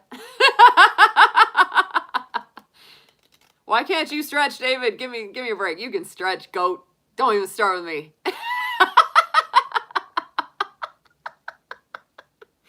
Capricorn and Aquarius tend to be more on the skinny side traditionally. That's their sign. Their sign is more gaunt, tall, skinny, bony. It took me forever to be able to gain any weight. When I was a teenager, oh God, my sister was even scrawnier than me. Ugh, like I was tiny. It took me forever to get over 100 pounds. I thought I'd never gain any weight. It really took doing more exercise and eating more protein to get a little more like muscle mass because I was like a rail. Late bloomer. Capricorns do tend to be late bloomers. We don't get going for a while. Yeah. I can stretch the truth. Does that count? Yeah.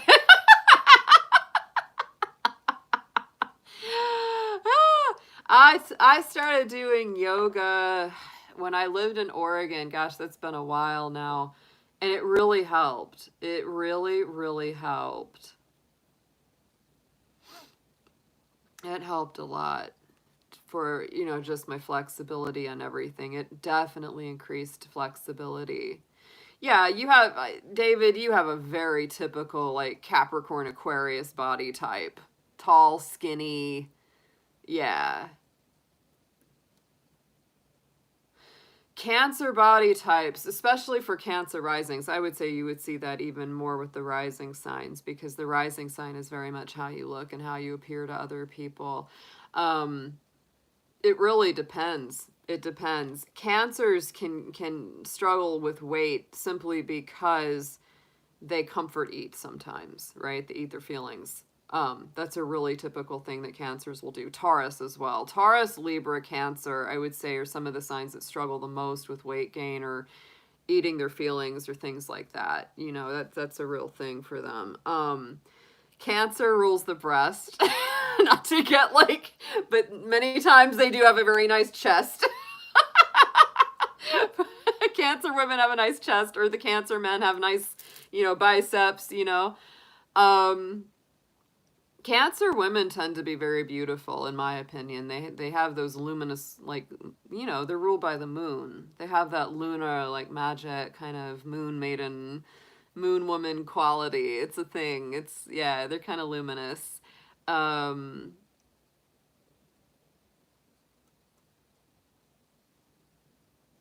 it's okay, Daisy.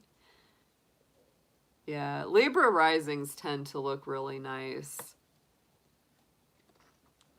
Libra risings have that diplomacy about them. They like really do. They have, well, people tend to like them. People tend to like and have a really nice like interaction with a Libra rising. They're real good diplomats because of that. Yeah, sweet tooth. Yeah. Yeah. See, I'm the opposite. Like, I don't comfort eat at all. Like, when I'm depressed or when I'm sad, I can't eat. I'm the opposite. And it's funny, my mom is the same way.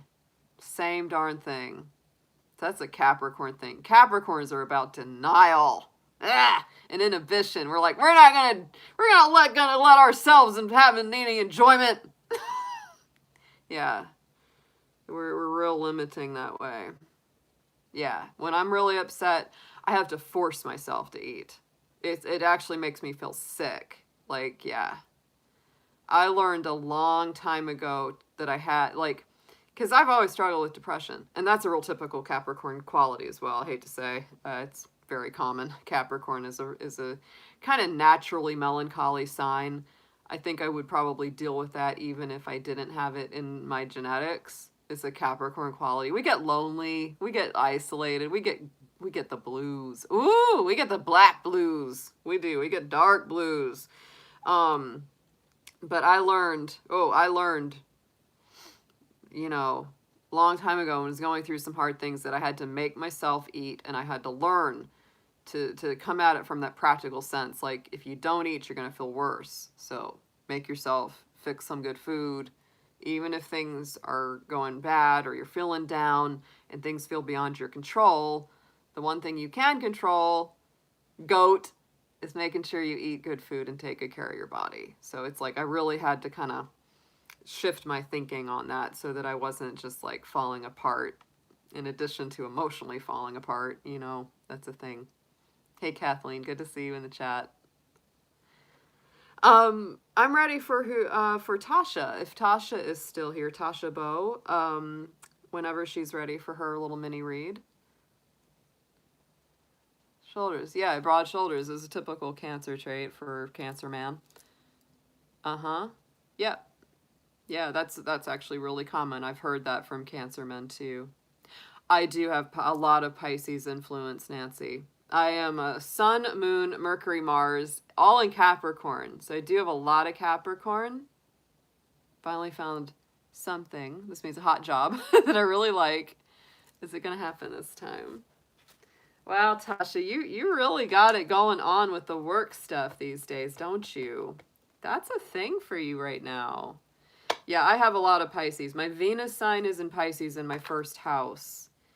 I have Neptune, the ruler of Pisces, in my career house, my Capricorn house. So this is why I do a spiritual or musical job. It's actually fits in perfectly.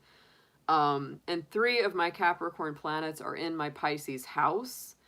I am also halfway through my 30-year solar Pisces progression. So, and yeah, I'm very much, those last 3 signs are really strong. That Capricorn, Aquarius, Pisces, because I'm Aquarius rising with part of fortune in Aquarius. So it's, yeah, yeah. I have a lot of those older signs. A lot of Capricorn and Pisces influence. And the thing that gets me out of myself is my Aquarius rising. If I did not have that Aquarius rising, I think I would be much, much more introverted. I always walk a real fine line between extrovert and introvert on like personality or psychological analysis. But I think because Aquarius is a very extroverted sign, that's what gets me out of my little dragon shell. Like otherwise, with all that Pisces and Capricorn, I'd be like, oh, I'm just working, I'm doing my own thing. Yeah. Take care, sweetheart. Good to see you. Thank you for stopping by, nasty women.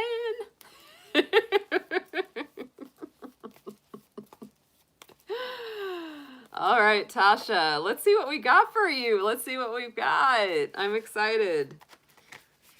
We'll see what we have coming up for you around this job that you have found. Let's see what it looks like. Dear angels, divine beings of light, guardians, ascended masters, please show us what we have for Tasha Bow around her current job find. Let's see if this will be a good fit for her. Let's see whatever messages you can tell us about this for her highest good. Thank you so much.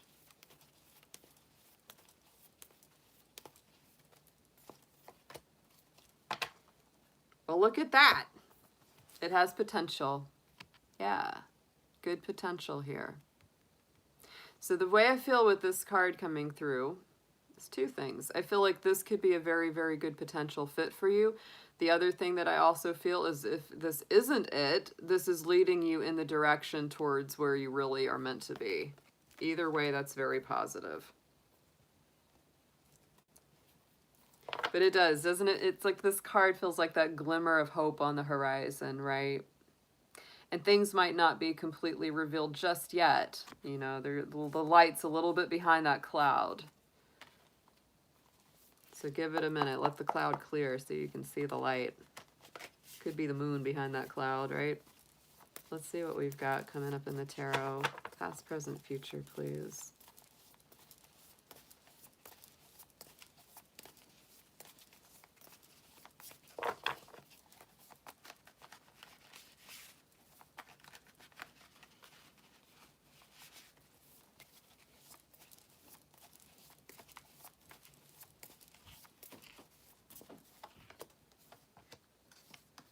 Wow, this is nice, Tasha. All right, so immediate past is taking the leap of faith. There's the Fool card. Putting the fears aside and just going for it. Which I feel like you've been doing quite a lot of. Let's face it, you've been doing that.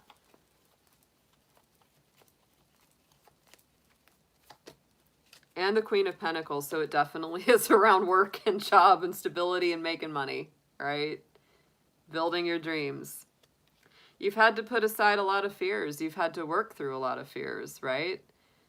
That's great. Right in the center, we have the 10 of Swords. That's where you are currently. So I do feel like you're in the process of really kind of packing up some of this old baggage and really letting go of it. This is heading on out. This is an end of a difficult cycle coming to completion, right? The end of situations. End of difficult situations that, you know, have been mentally difficult. The end of worries, anxiety, fear, frustration. It's a weight off of your shoulders. Opportunity for new happiness and growth.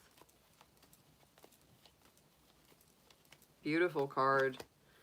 Oh, look at the Lovers card coming up here. I feel like, too, you know, even though this is a work question, the Lovers card is powerful in all ways, right? Because it's a Gemini card. It is about communication. It's about agreements. And this can really be, good contracts, right? A good job agreement, a good working situation with good partners that really are looking out for you. You're looking out for each other, right? So I feel like that's what you're going towards, is better communication, better alliances, right? Better partnerships of all kinds. And going into the future, we've got the Ten of Cups. I just love this. Leaving the Ten of Swords for the Ten of Cups. Because that's that happily ever after, emotional contentment. People that are trustworthy.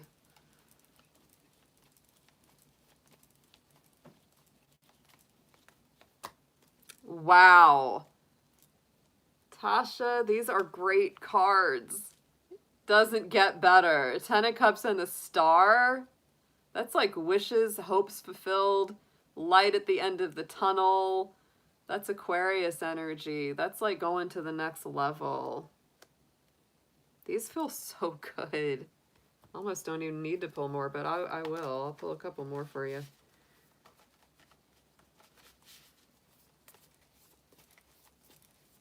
So my feeling with this is either this is like the best opportunity you've had in a while, or it's going to open a door to an even better one, right? It's nothing in this feels bad. Nothing in this feels negative.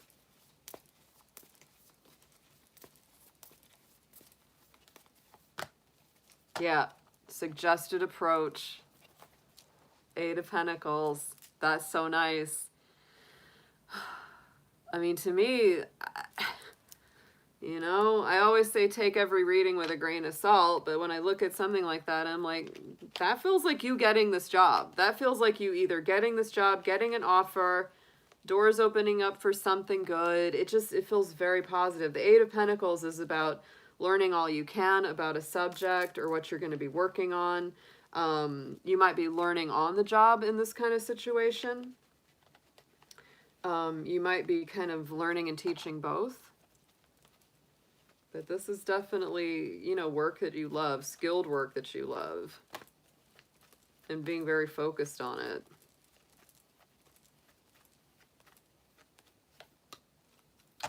Hun, this is mind-blowing. Look at this Ace of Cups on top of that. I feel like it just makes your heart happy. Like this is just, the hand of spirit giving that gift, saying, here you go. It's not, it's both. It's like, it's career fulfillment, but it's also like, this is a job you really actually like. It isn't just like something that's kind of so-so. It feels really positive. Let's get a potential outcome here, but these cards are off the charts.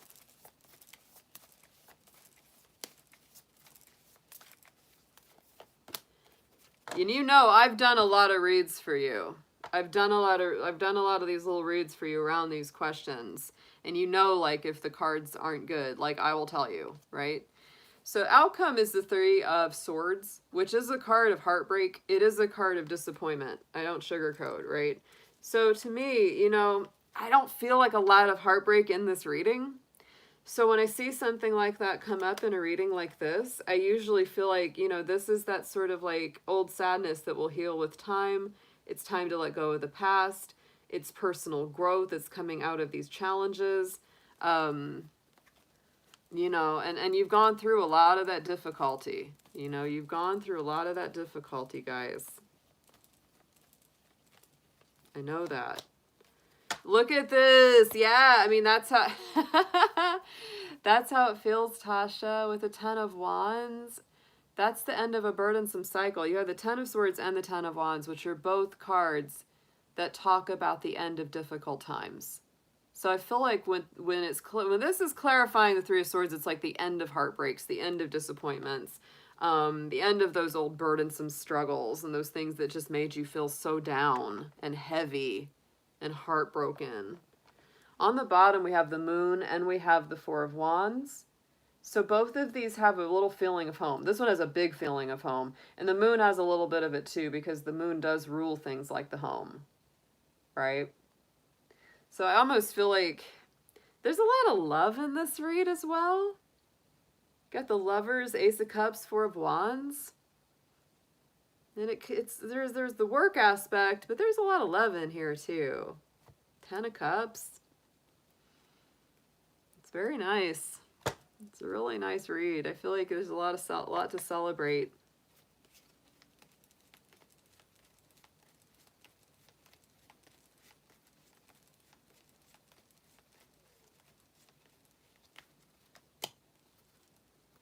And there's the light at the end of the tunnel.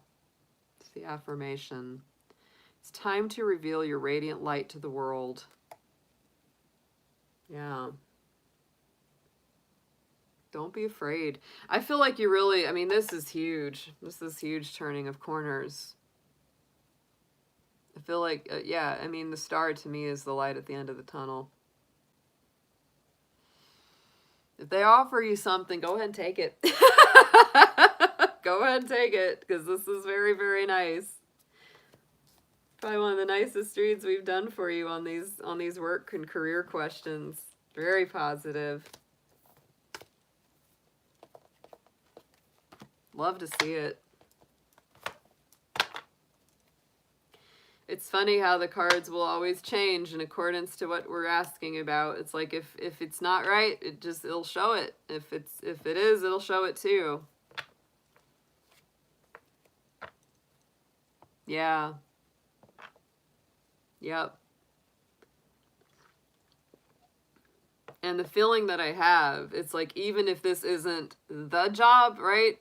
I feel like you're going to meet someone that'll lead you toward whatever it is. But this might very well be it. Like, it feels really good.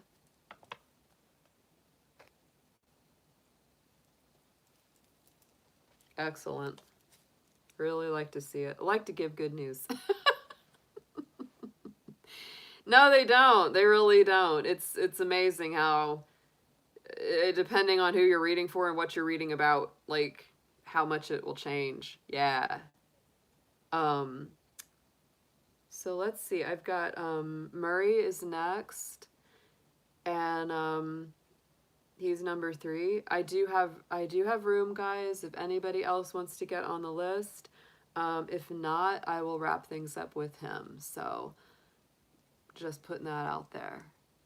Yeah, I love it. I love it, Tasha. I just really, yeah.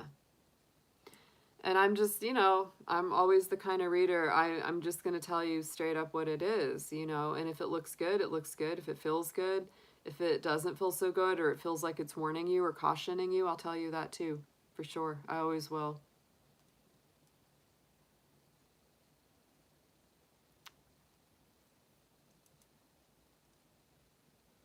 Yeah, so Murray Pendlebury, if you are here, if you're still on, you can go ahead and type your question in. I'm ready to do your mini read.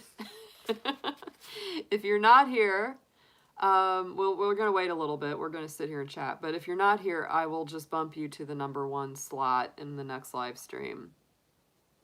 Aw, thanks, Tasha. I appreciate you so much. I appreciate anybody who's here, obviously, but I do appreciate people who book readings with me, whether it's a mini read or a full read, because, it just, I appreciate that, you could choose anybody to do that for you. There's tons of readers out there. And, but I really appreciate when you choose me because it's very, very cool. Makes me feel very special to be able to help tap into whatever it is that you need. And just to get to know y'all better on that level. Okay, Marie. Aren't you a Sagittarius, Aquarius, something in there? I still do have your payment for your full reading whenever we can make our schedules work. And we will do that. I'm never sure exactly what times work for you the best. Tomorrow night's open. If you are, just let me know. Or next weekend, whenever. Yeah, no rush. But I'm pretty sure you had some kind of Sagittarius Aquarius combo or mix in there, I think, when you told me your astrological stuff. Lots of Aqua, Sag, Moon, and Rising. Yeah, gotcha. All right. That's probably why you're here. Let's face it. I'm an Aquarius rising. I attract a lot of Sagittarius risings and moons. Because those two signs are a sextile, yeah. Okay, yeah, just let me know, Murray. Just let me know. Because I think, like, the way that it works, like, it works great for me because I'm always up real late. And that's, like, you're like, I think 12 hours difference. So it kind of works out. Just text me. Text me whenever. And, or I can text you when I'm, like, up and ready. Yeah, and we'll do it tomorrow. That would be great to go ahead and get your reading down. Because I know you've been waiting a long time. Sometimes it can be difficult working it out when you're on such drastically different time zones. And I know you're very busy, and so am I, so that's part of it too. All right, so let's get a little mini read here for Murray.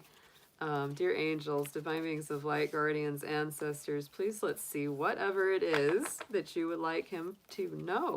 What kind of messages, what kind of information for his highest good would you like to bring through for Murray?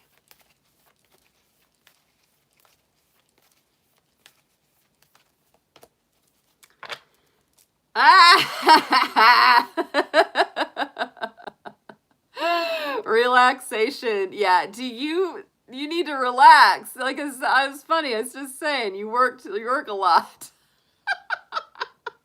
You need a break.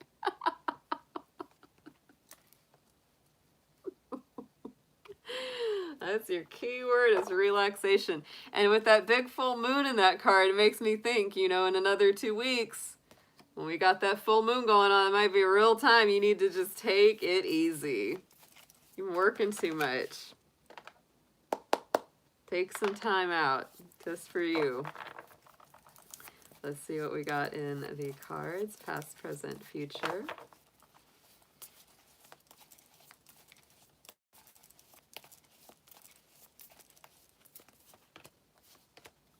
Definitely busy. Definitely a busy energy. And I feel like you've got, it's like there's that feeling of a lot of things coming at you all the time. In this immediate past, you may have really had to stand up for yourself in some way, shape, or form. Seven of Wands is definitely very strong about, saying, no, I have boundaries. I do not let people step over these. It's about having confidence in yourself, challenging other people, but also choosing your battles wisely, because you don't want to have to fight every battle that comes your way, right?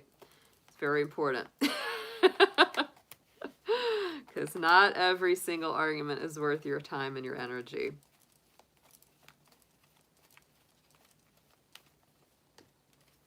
Six of Cups, and it may be regarding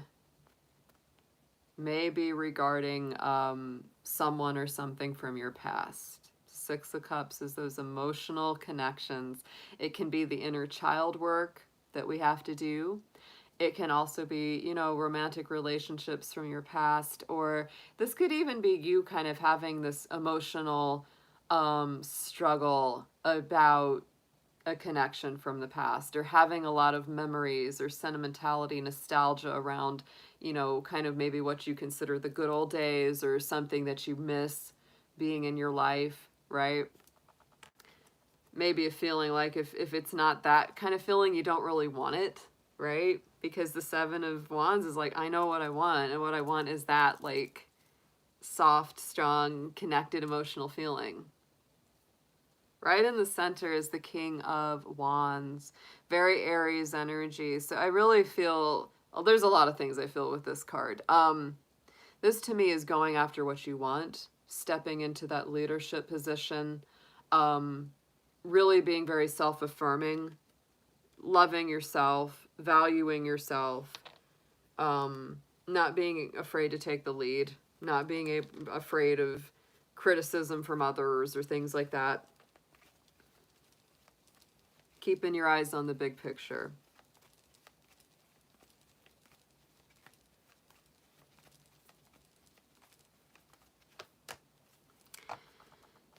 Yeah, I mean, the work situation is definitely a thing.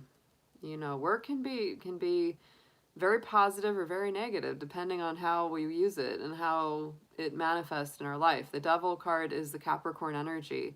Capricorn and Aries, you know, represented by these two cards, they do square each other. And the most difficult thing about the Devil card, of course, and you know, it's interesting that it's Capricorn because it can be that workaholic, right? That's one of it's one of the most negative sides of us Capricorns. We can work too much, right? And not have enough balance in our lives. We can also get really kind of chained to our routines, even if those routines aren't really making us happy or bringing us joy. And so those are things that I would say are definitely part of this. I feel like in a lot of ways, it could be time to sort of set yourself free from some sort of either old routine, old habit, workaholic tendencies, maybe even that feeling like I have to do everything for everyone, and you feel like you're the one that, you know, has to shoulder all that responsibility and all that weight, you know? And it's really interesting because it's the two. Oh, you got Mars and Capricorn. Yeah. I was born with Mars and Capricorn too. And it's a really nice placement. I love Mars and Capricorn. It's excellent. It gives great stamina, fortitude. You can definitely work hard, but it doesn't mean you always should, right? It doesn't mean you should just push yourself till you break. And you might have a very long fuse, right? Mars and Capricorn. Y'all, you can work. You can work so well and so hard that it's sometimes hard for you to know where that limiting part of you is. It's like it can be hard for you to tell because you're so used to being able to just keep on going, keep on going, keep on going. Yeah. 28 degrees. Yeah, it's far up there. In the immediate future, we have the Dreamer card, the Fool card. And so I really do feel that there is something you have to take a leap of faith on, you know? Some kind of issue that you've just got to trust. Because the other thing, of course, that can come up with the Devil, with Capricorn, is that we fear that if we take a break, or if we take any downtime, or if we take any relaxation to ourselves, that the system will fall apart. And so that's one of our big fears. And this is reminding you, look, it's not going to fall apart if you take a little break for yourself, right? It's not going to fall apart. But there really is a need for like trust rather than fear here. Let me get a clarifier on the Fool card, please.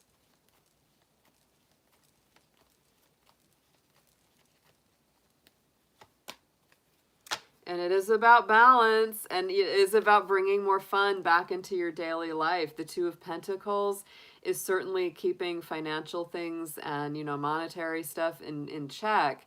But it also is that card of staying in the balance, taking things one day at a time, coming back to center. And yes, having more fun in your journey, having more joy in your process every day. So let's get into some suggested approach, suggested advice here.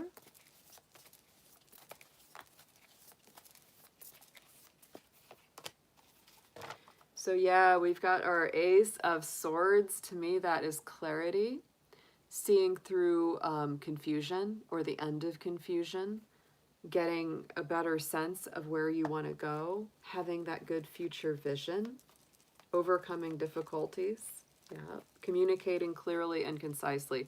So I kind of feel like that's a big thing too, you know, making sure that you speak what you truly want, speak what's authentic to you. That's very important. Communicating clear information that's very much coming from a true place.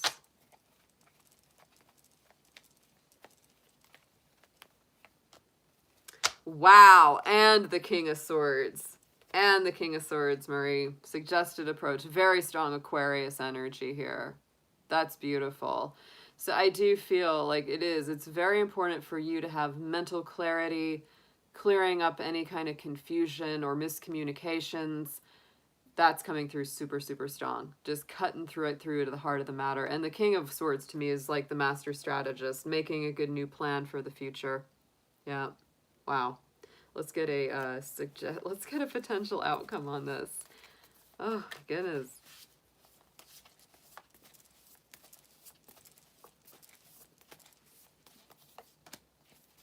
High Priestess. So to me, again, getting back into your intuitive sense. Yeah. It's an interesting card because I feel like, you know, it's a balancing act. because the High Priestess to me is very intuitive, very subconscious, right? But the King of Swords and the Ace of Swords are very like intellectual and very intellectually clear and incisive. So I do feel like it's kind of a mixture. And it's like you're gonna, the outcome to me is like, you know, if you follow this, you know, it's like you'll have more peace within, and you'll feel more like you're living your authentic truth from the inside out, the inside radiating out.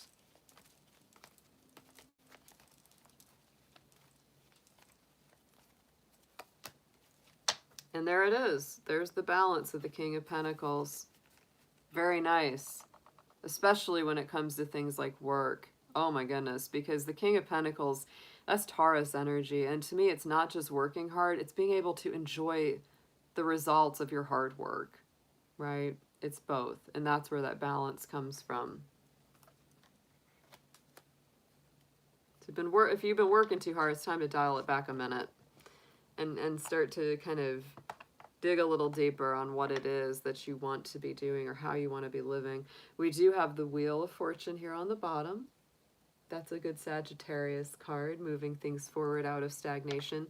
And we also do have the Tower card here. That's the Mars energy. So I do feel like there's a lot of movement forward. Both the Tower and the Wheel of Fortune are major arcana, and they're both forward movement, right? It's coming out of stagnation, going into something that's a lot more open, a lot more fulfilling. Sometimes it can be, you know, big shocking change with the Tower. But I would say a lot of the time it's not as shocking as we always think. Like it says that it's shocking, but usually it's something we kind of knew that we needed to clear away or change for a while, and we just hadn't done it, you know? Let's get an affirmation on this for you.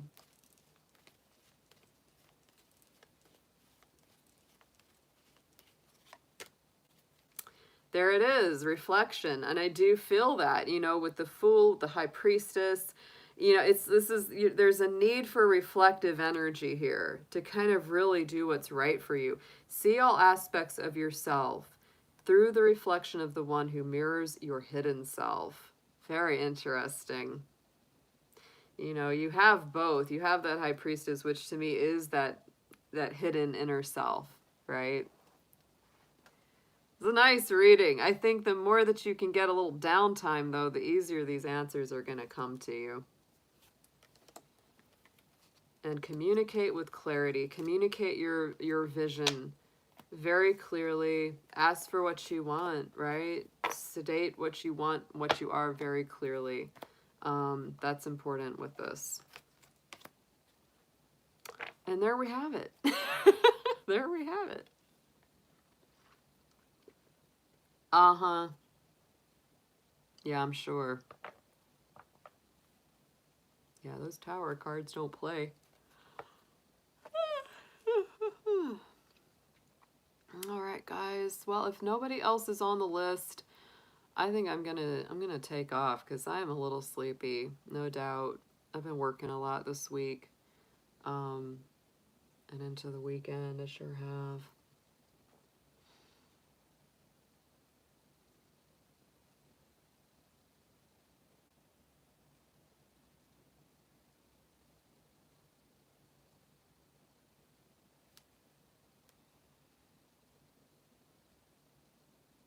You're welcome, David. Thanks. Hey, Angela, I'm not sure. I retype your message. I wasn't sure what. Yeah, sure. You did do a donation earlier in the evening, Angela. I'd be happy to. What question did you have?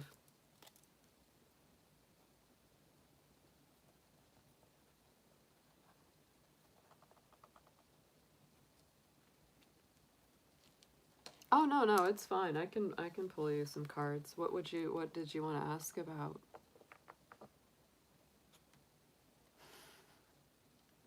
Have a good night, David.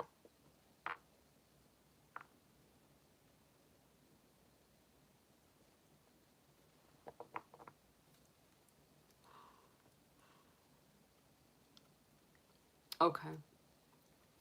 A lot of family stuff coming up. Yes. I mean, the Cancer season definitely brings it up to the surface.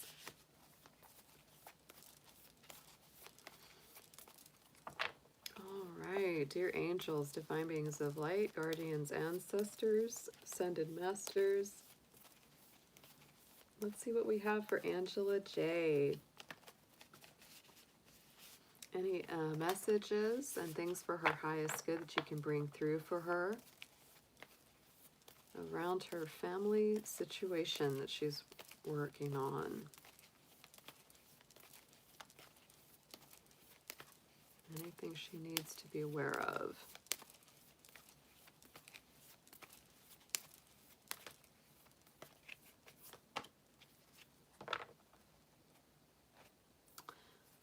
Main keyword that came up is adventures. So it may be time to have an adventure, take a trip, get a little downtime. Very possible there. Wouldn't say no to it if it comes up. Your situation may feel like a little bit of an adventure right now. It might feel like a little bit of the heading into the unknown. Let's get some tarot on this for you. Let's see past, present, and future, please.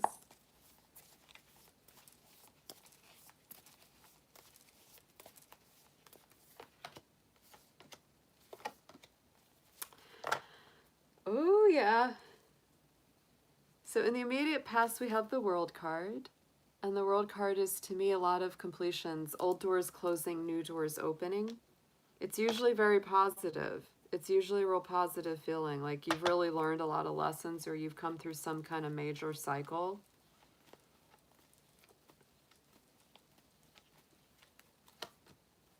And on top of it, the King of Pentacles. So it feels very balanced. It feels very stable. I feel like you've really grown a lot within yourself. You've probably either come through some sort of challenge, some sort of, you know, personal obstacle or hurdle that you've gotten through. This could be either like maybe you left a job, got a better job, or looking for something that you feel a lot better, but this in general feels very stable. King of Pentacles is really Taurus or energy. It's just knows how to bring in, you know, what it needs to live and not just thrive, but to thrive as well. Right in the center is the Four of Cups. So to me, this is all about, you know, focusing so much on certain aspects of your life that you maybe fail to see the good opportunities that are coming around for you. So it's an important message on that card, not to be too myopic in your vision, not to get too distracted by just the ins and outs of daily life.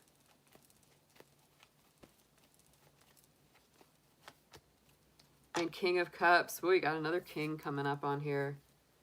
To me, this is about wanting to make good decisions about your emotional life. And if it has to do with family, definitely around the family and home life, because the Cups, the King of Cups is a Cancer energy, and Cancer is about the home and family. It may be, I don't know, like, are you in a situation where you feel like you kind of are very focused on some of the things that are going on so much in the home or the family dynamic that you're kind of not seeing the bigger picture sometimes? That's a very big possibility. Going into the immediate future, we do have the Seven of Wands. So this is, again, standing up for yourself, having self-confidence. So, oh, hold on one second. My mom is calling me. There's somebody there with a pizza. I didn't order a pizza. What? Somebody's up there with a pizza. Well, I didn't order a pizza. Huh, okay. I'm in the middle of I'm so sorry. in the middle of working, sorry. Oh my gosh, okay.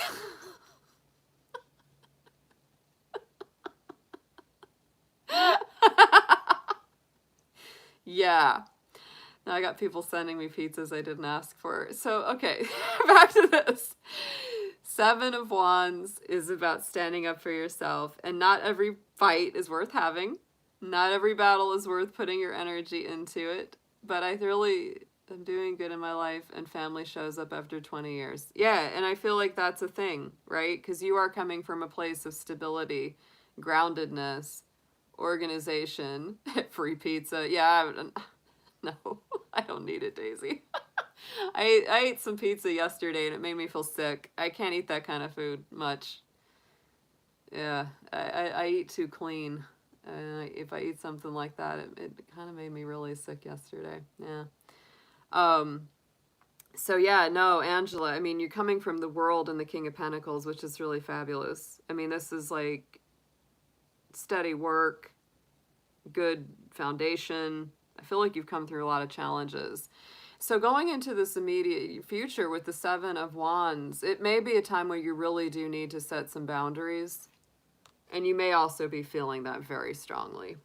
You know, that it's kind of like, yeah, you have to stand up for yourself and have confidence in yourself.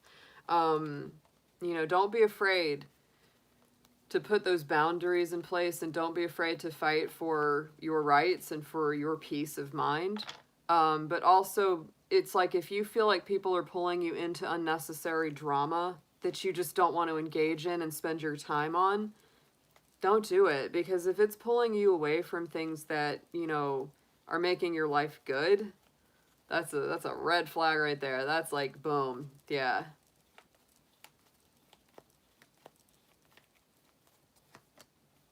Six of Swords. Yeah, I don't feel like you're going to put up with any drama. I really don't. The Six of Swords is all about leaving that kind of thing behind. Leaving behind conflicts, leaving behind chaos, negativity, difficult times and situations, and heading towards something much better. So I really feel like if your family's popping up, and they're just bringing you a lot of drama and stress, I think you're just going to walk away from it. That's what I really feel like. And even if you maintain, you know, some connection, like you're not going to let them in easily. That's the way I feel. Let's get into some suggested advice here, some approach on this.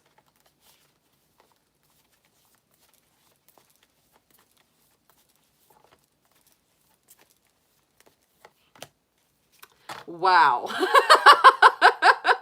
Okay. Angela, the suggested advice is the Queen of Swords. A Queen of Swords is a Libra energy, and she is very much about kicking people out that bring in drama, chaos, difficulty, and problems into her court. Okay? Straight up. Like, she's just not there for it. That's releasing her situations or people that no longer serve you. Seeing the humor in difficult situations. Focus on your career, focus on your work, focus on what you like doing. Because to me, this is, yeah, she's a tough customer, right? I mean, she's got that feminine intuition and sensitivity, but that sword is ready. You know, that's why it's Libra. She'll try diplomacy, but if that doesn't work, she has no problem kicking your sorry behind out of her world.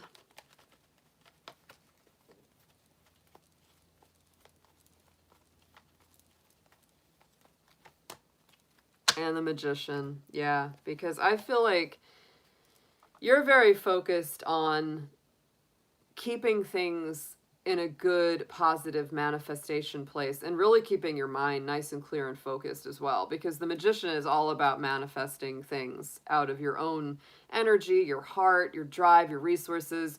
You've got good things going on in your life, and you don't need anybody muddling it up. That's what I really feel from this reading, is that it's like, I don't have any time for your drama. If you're bringing any, you don't have time for it. You're just like, no, no, and no. I can't help but think of that scene in $1 Million Baby. If you've ever seen that movie, where she's got the kind of the crappy family that, like, you know, they don't care about her till she's making a bunch of money, and then they're all coming around trying to get it from her. Yeah.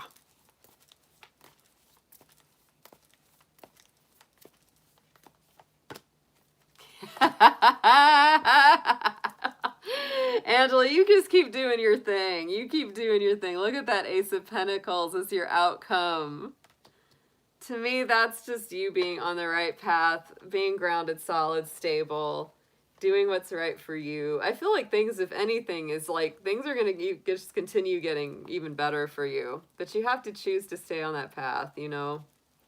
Don't let anyone drag you down. And the Emperor. Wow. Yeah.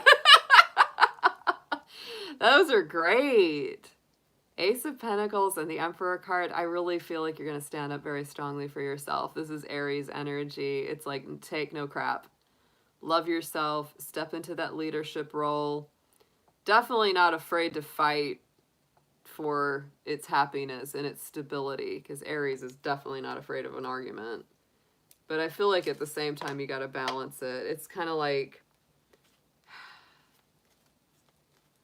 why even give your energy to something that's not worth it, you know? This is a very strong read. I feel like you're going to stand up for yourself, and I feel like you're not going to engage in anything that's going to drag you down. But the biggest challenge that you have currently is sort of like, you are very focused on it, and it's kind of like, what do I do with this? What do I do with this right now? And I don't want you to focus on it so much that you can't live the rest of your life. I don't think you're going to stay in that place. I really don't. I think you're going to kind of see things for what they are, and I think you're going to keep moving it on. With that Six of Swords, you're going to move it on.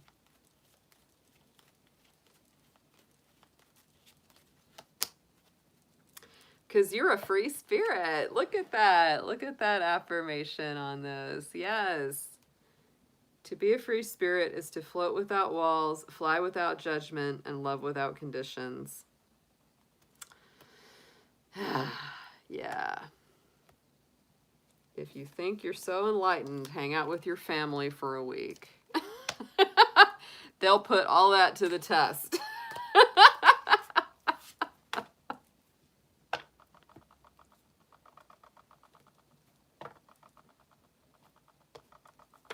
But that's a good read.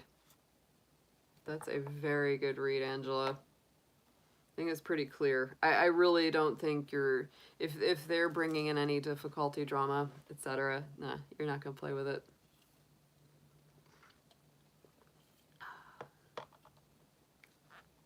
And don't be afraid to just stand up for yourself. Don't be afraid to say no. On the bottom of this deck at the beginning, I had the Purification card.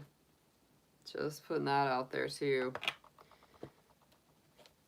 You know, adventures. Adventures. That was your first card. It's like, you got better things to do.